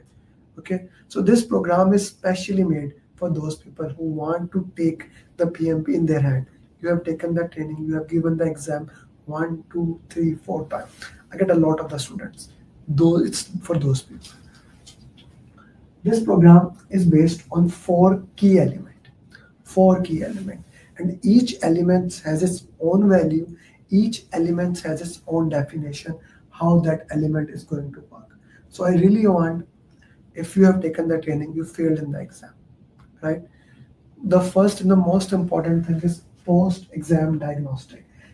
Now I need to see what you did in the exam. What did you study, right? I want to share it that the first thing that most people fail in the exam is because of overloading of content. Overloading of content. What do I mean by that? I have yet to see a person from India, Pakistan, Gulf countries. He gave the exam, he had no idea about the PMP. They failed, they took the Udemy course, maybe some cheap organization training, then they went through courses and things so much. And they get drowned with the content. Don't be like that. Okay, let's say you failed in the exam. I will have an analysis with you, one-to-one. I will have a discussion with you. What happens? I will go into your exam history, mock study habits. What did you do? We will try to identify the reason. Like one of the way I do, I'll give you 60 people mock, 60 process mock. Try to see where do you stand, how do you do the question into that. That is called post-exam diagnostic. Now, since this is designed for those people and the name is Phoenix, Phoenix is something that die and rise from the ashes. So it is designed for those people. I need to make a recovery plan for you guys. This is a custom recovery plan, right? A plan that works for you. It's study plan that adopts according to your style. Okay, I'll give you a weekly task with the sprints and I'll give you my 75, 80, 75 formula. And I will check you, are you right for the exam or not? Okay. Then I'm gonna give you some different resources, updated resources based on that. You will get 60 question mocks and multiple other things. Like all the material that you get in a normal program, you will get it. But here, since you have failed in the exam, I want to make sure you get that content that this becomes bulletproof system for you. Very critical. Okay. Then I'm gonna do accountability with you. I want to make sure you work into that. Check-ins, micro quiz, of course, 4 coaching call to maintain the consistency. And finally, the Phoenix promise. Because you have already defeated, I don't want to make sure that happens. I'm gonna give you fail-proof, risk-free guaranteed. You fail in the exam, I'll reimburse your training fee, or I'll keep coaching you. You decide. Okay. This is my Phoenix promise to you, all of you guys. Now, for that, I have 2 programs. One is one-to-one program, and one-to-one program is $5,000. Okay. Or you can join in a group plus Phoenix, that will be $3,000, whichever the program you want to join. Okay. This is my PMP Phoenix program. I wanted to share with you so that you can see which program work for you. If you want to join the normal group, you can also join the normal group, that is $899. Whichever works for you, it's your time. Okay. We are going to take 10 minutes break, and after the 10-minute break, we are gonna do the most important session of today. I put especially the last question, and I'm telling you here, question number 61. It's not even 60. Question number 61 that came in the real exam. And you can see that session is not recorded, so you will not get the recording whatsoever. So this will be the time for you. Take a 10-minute break, come back. And I'm gonna request again one more time. You know what I'm gonna say. Okay. So come back in the time. And if you haven't liked on LinkedIn, the post, please do that so that this can help more people. To be very true, you see, why did I made the PMP Phoenix program? I made the PMP Phoenix program because there are so many people who fail in the exam. If you cannot afford, you watch my Pathway to series and other. I give a lot of content for free. But if you are someone who can afford it, I want to reach you, and I can only reach you when you guys, these 75 people who are sitting in the class right now, they will like it, they will share it, and it can reach to their students, to their friends, right? This will help you a lot. Okay. So let's take a 10-minute break and come back into the 10-minute. Okay. I hope you do not fail in the exam. So let's get into that.